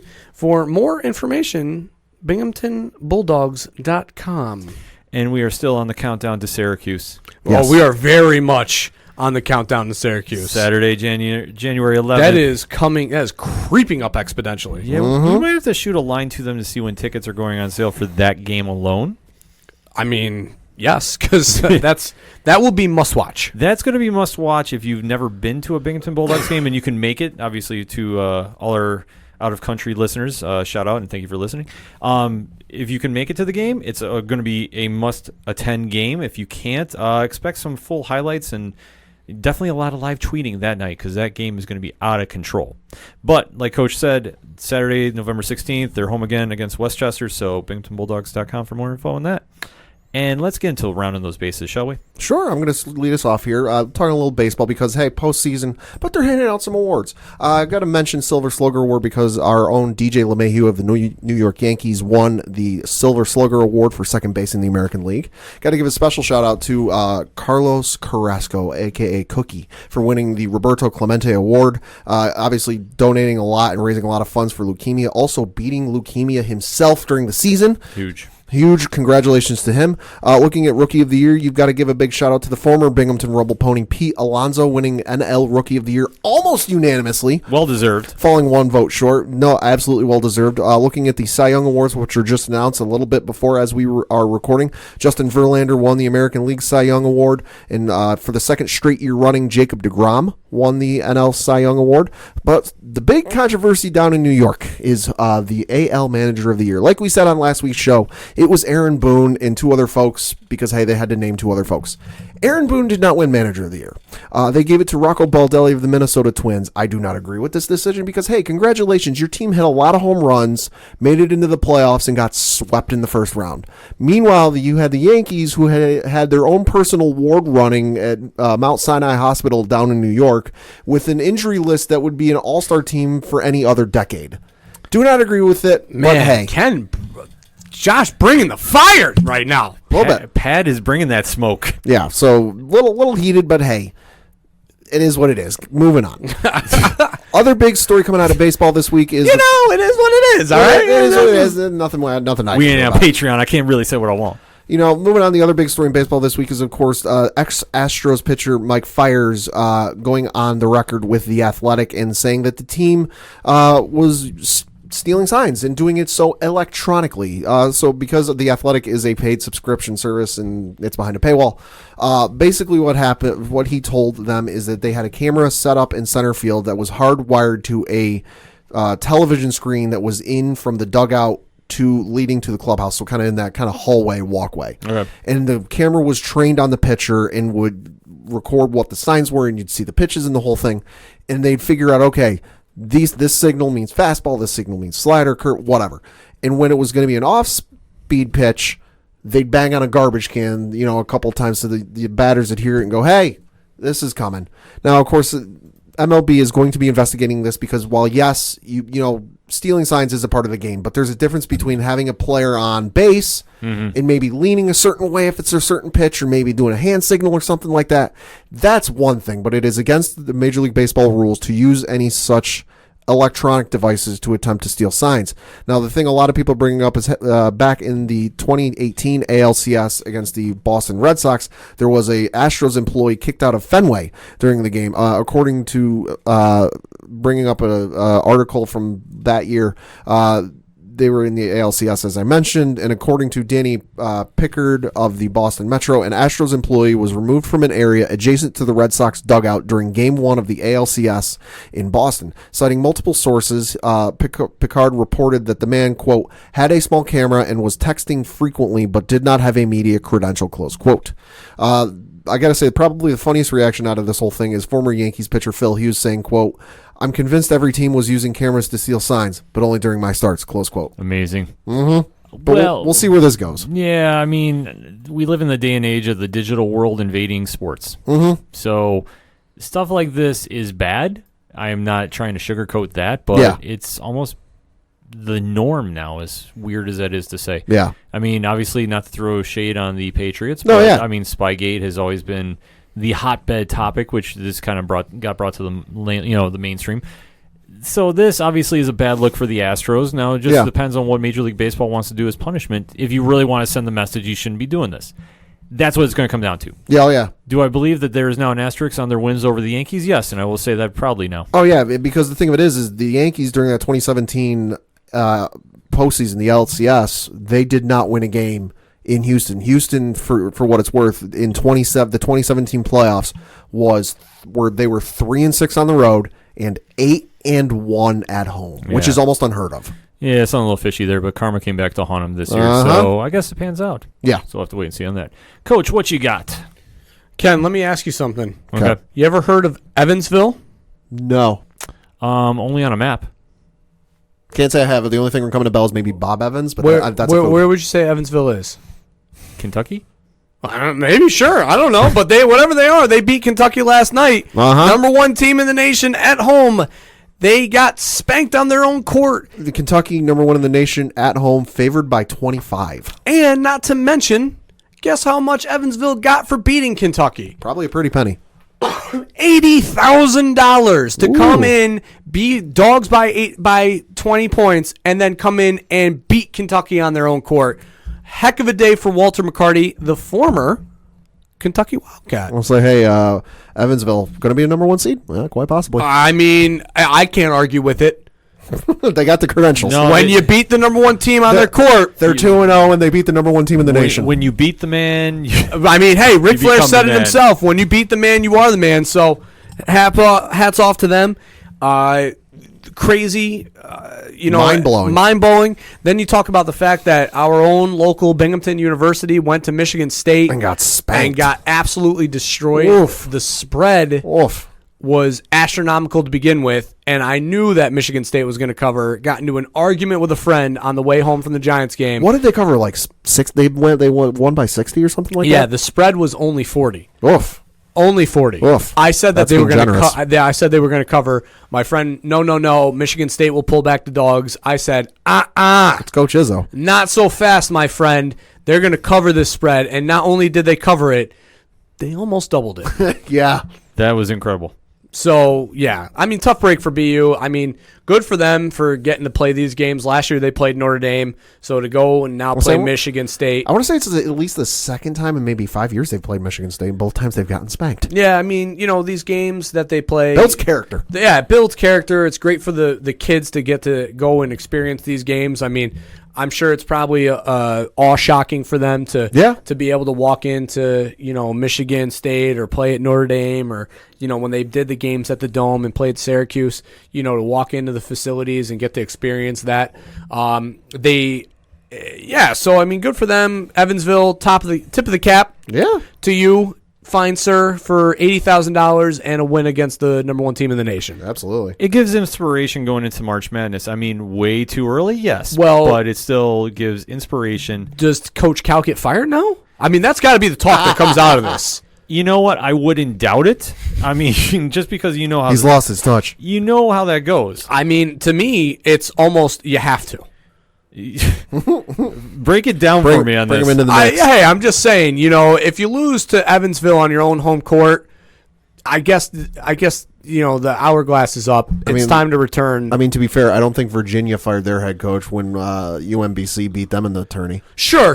No, they didn't. That's a fair point, Pat. But I'm just saying, maybe Calipari's luck has ran its course, and it's time to just pay the piper here and walk away. Let Calipari go from Kentucky. There's a certain job in New York that might be Oh, open. God, I don't want that one again. I don't want that again. Wow, Pad. We've been down that road. Pad wants some smoke from Yeah, Pad everybody is here just- tonight. Jesus.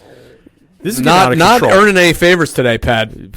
Wow. We've been down that road. We've seen Calipari and a Knicks coach. It's not fun. I know we're Or getting Pitino was worse. Calipari coached in New Jersey and Boston. I'm sorry. Pitino's not coaching these days either. Good. I know we're getting pod rated, so Pat is making the full most of this moment to introduce himself to the rest of the Podchaser group. Shout out to Next Wave. So Pat wants that smoke, folks. This is going to be I want the smoke. This is going to be a wild episode to close with. By the way, University of Evansville, Indiana. Ah!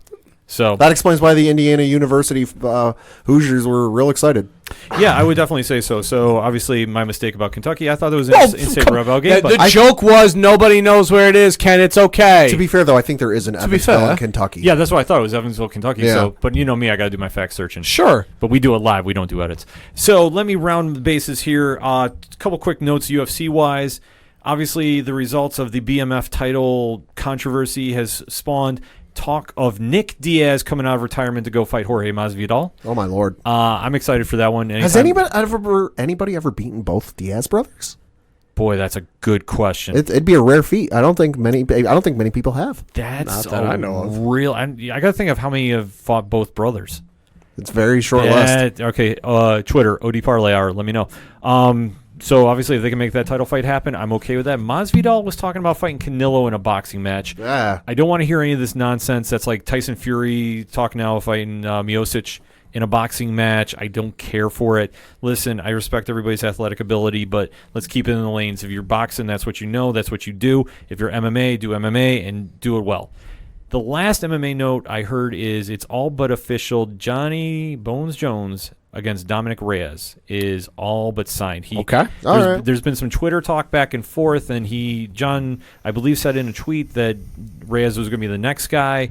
Where they go from here, who knows? Way too early for a title announcement, but He is going to be staying at light heavyweight for the time being, at least to fight Reyes, which I think will be a walk in the park for John. Probably. And yeah, nothing's really impressing me about Reyes fighting there.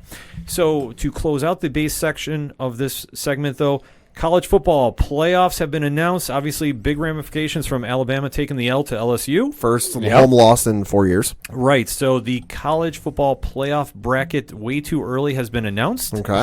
Number 1 is LSU. Number 2, Ohio State, or should I say the Ohio State?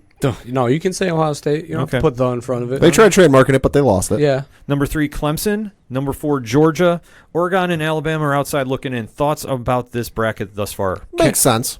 Can I tell you the death scenario that I've concocted in my brain talking to friends? Oh, boy. You ready for this? Okay. Okay. There is an inkling that I feel that if the SEC championship game boils down to LSU versus Georgia, Okay. Georgia wins said game, Sure. and that's the first LSU loss, Okay. there is a way that 3 SEC teams could Uh, make it. The way that it works, Georgia and LSU have to play in the SEC title game, which it is going to be, as of right now, tentatively scheduled, with Georgia winning the whatever part of the SEC and LSU winning the other. Yeah. Minnesota beats Ohio State in the Big Ten championship game. Okay. Ohio State falls down. Or Ohio State has to lose to Michigan. Okay. Then they have 1 loss. Then they lose to Minnesota again. Okay. Now 2 losses. Yeah. They fall out. Yeah. Minnesota, the committee's not sold on them. So they put them at 5. Minnesota then goes to the Rose Bowl. You'd be looking at number 1 team would be Clemson now, because they would win the ACC. 2 would be LSU. 3 would be a 1-loss Georgia team who just won the SEC title. And 4 would be Alabama, That's who my was on the outside looking in. That's my worst nightmare. Yep. That's just side note off that. That was kind of why I found it funny. I think it was First Take on Monday. We had something like they were talking about the Alabama laws, and they're like, "Oh, do you think this is this kind of eliminates Alabama from the postseason contention?" And I'm like, I'm not convinced Alabama's out of the playoff picture until the playoff picture is finalized, and we have the 4 teams that are in, and Alabama's not one of those 4. Correct. Coach Duffy is playing chess while everybody else is playing checkers. This is like some he's playing next 4D level. chess. It's a very, very real scenario, because if Minnesota goes undefeated and the committee's not sold on them, they're not going to put them in the title picture just because they won the Big Ten. It's a very, very real death scenario. At Coach Duffy 11 on Twitter.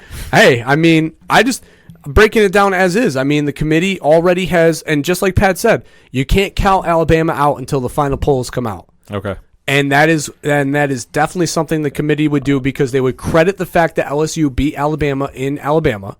They would credit Georgia for winning the SEC title against LSU, a team that beat Alabama in Alabama, and then they would give Alabama the nod because they're a 1-loss Alabama team who plays in the SEC.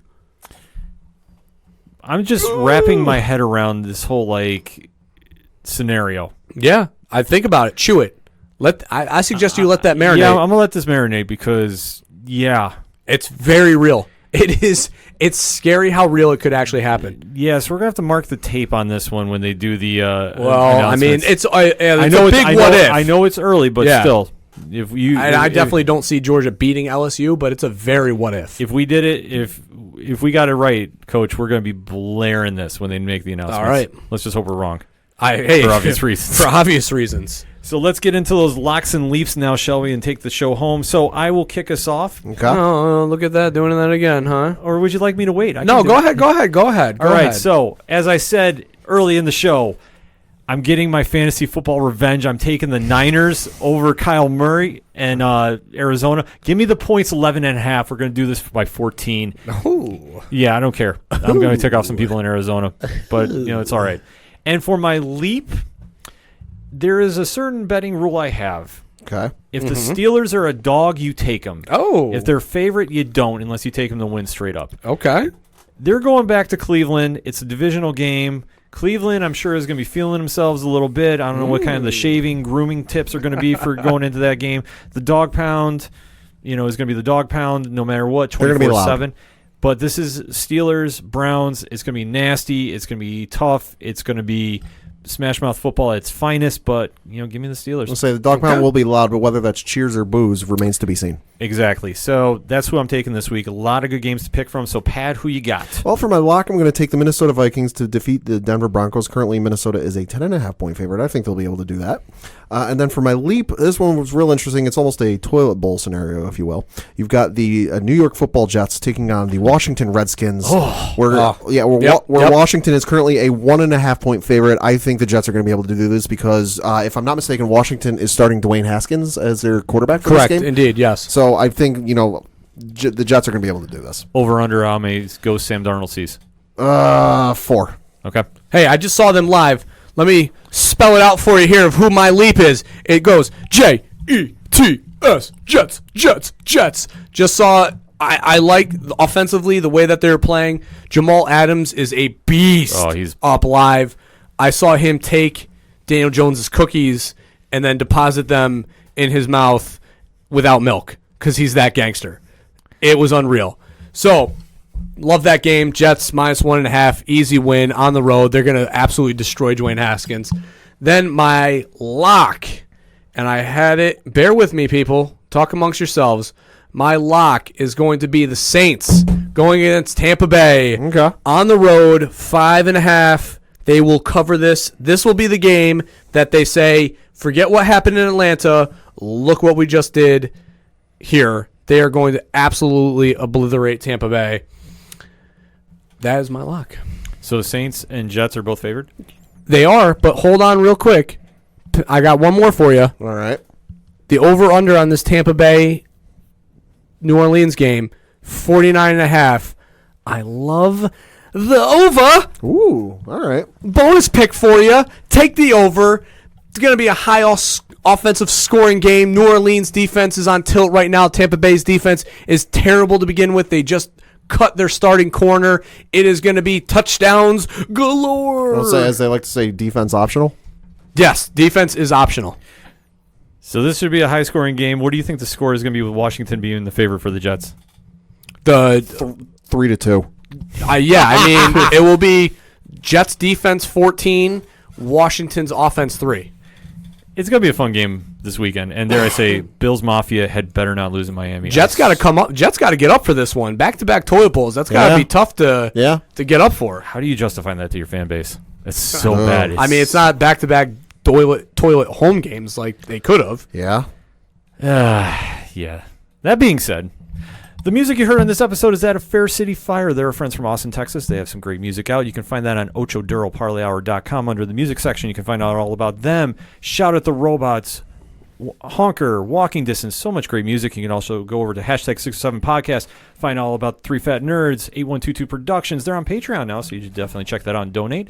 And Horror Zone 607, photography by Mike Blakesley. Plus, you have Parlay Points, the complimentary blogs to the ODPH podcast during the week. There's so much going on, OchoDuroParlayHour.com, that you definitely need to go and check out. Also want to give a shout out to the Next Wave group that is pod rating this episode. Shout out to Matt from Imaginary Ramblings and Lit Gaming Arena, who run the alternate reality radio list on Podchaser. So if you're looking for podcasts to check out, definitely go to podchaser.com, type in alternate reality radio. You'll find a bunch of great podcasts that you need to add to your listening rotation. Enough said there, because that's all I got for this week. So for your coach, my coach, the coach, Coach Duffy. Good night, and have good luck. For Padawan J. Coach Cal for the Knicks head coach. This was also Padawan J's last show of the ODPH, so we're... Boy better watch his back in the streets right now. Exactly. It's a long walk to the car. I'm your host, Ken. Go grab my Timbs. I'm your host, Ken. Thank you, as always, for listening to the ODPH podcast, better known as the Ocho Duro Parlay Hour. I'll see you next time.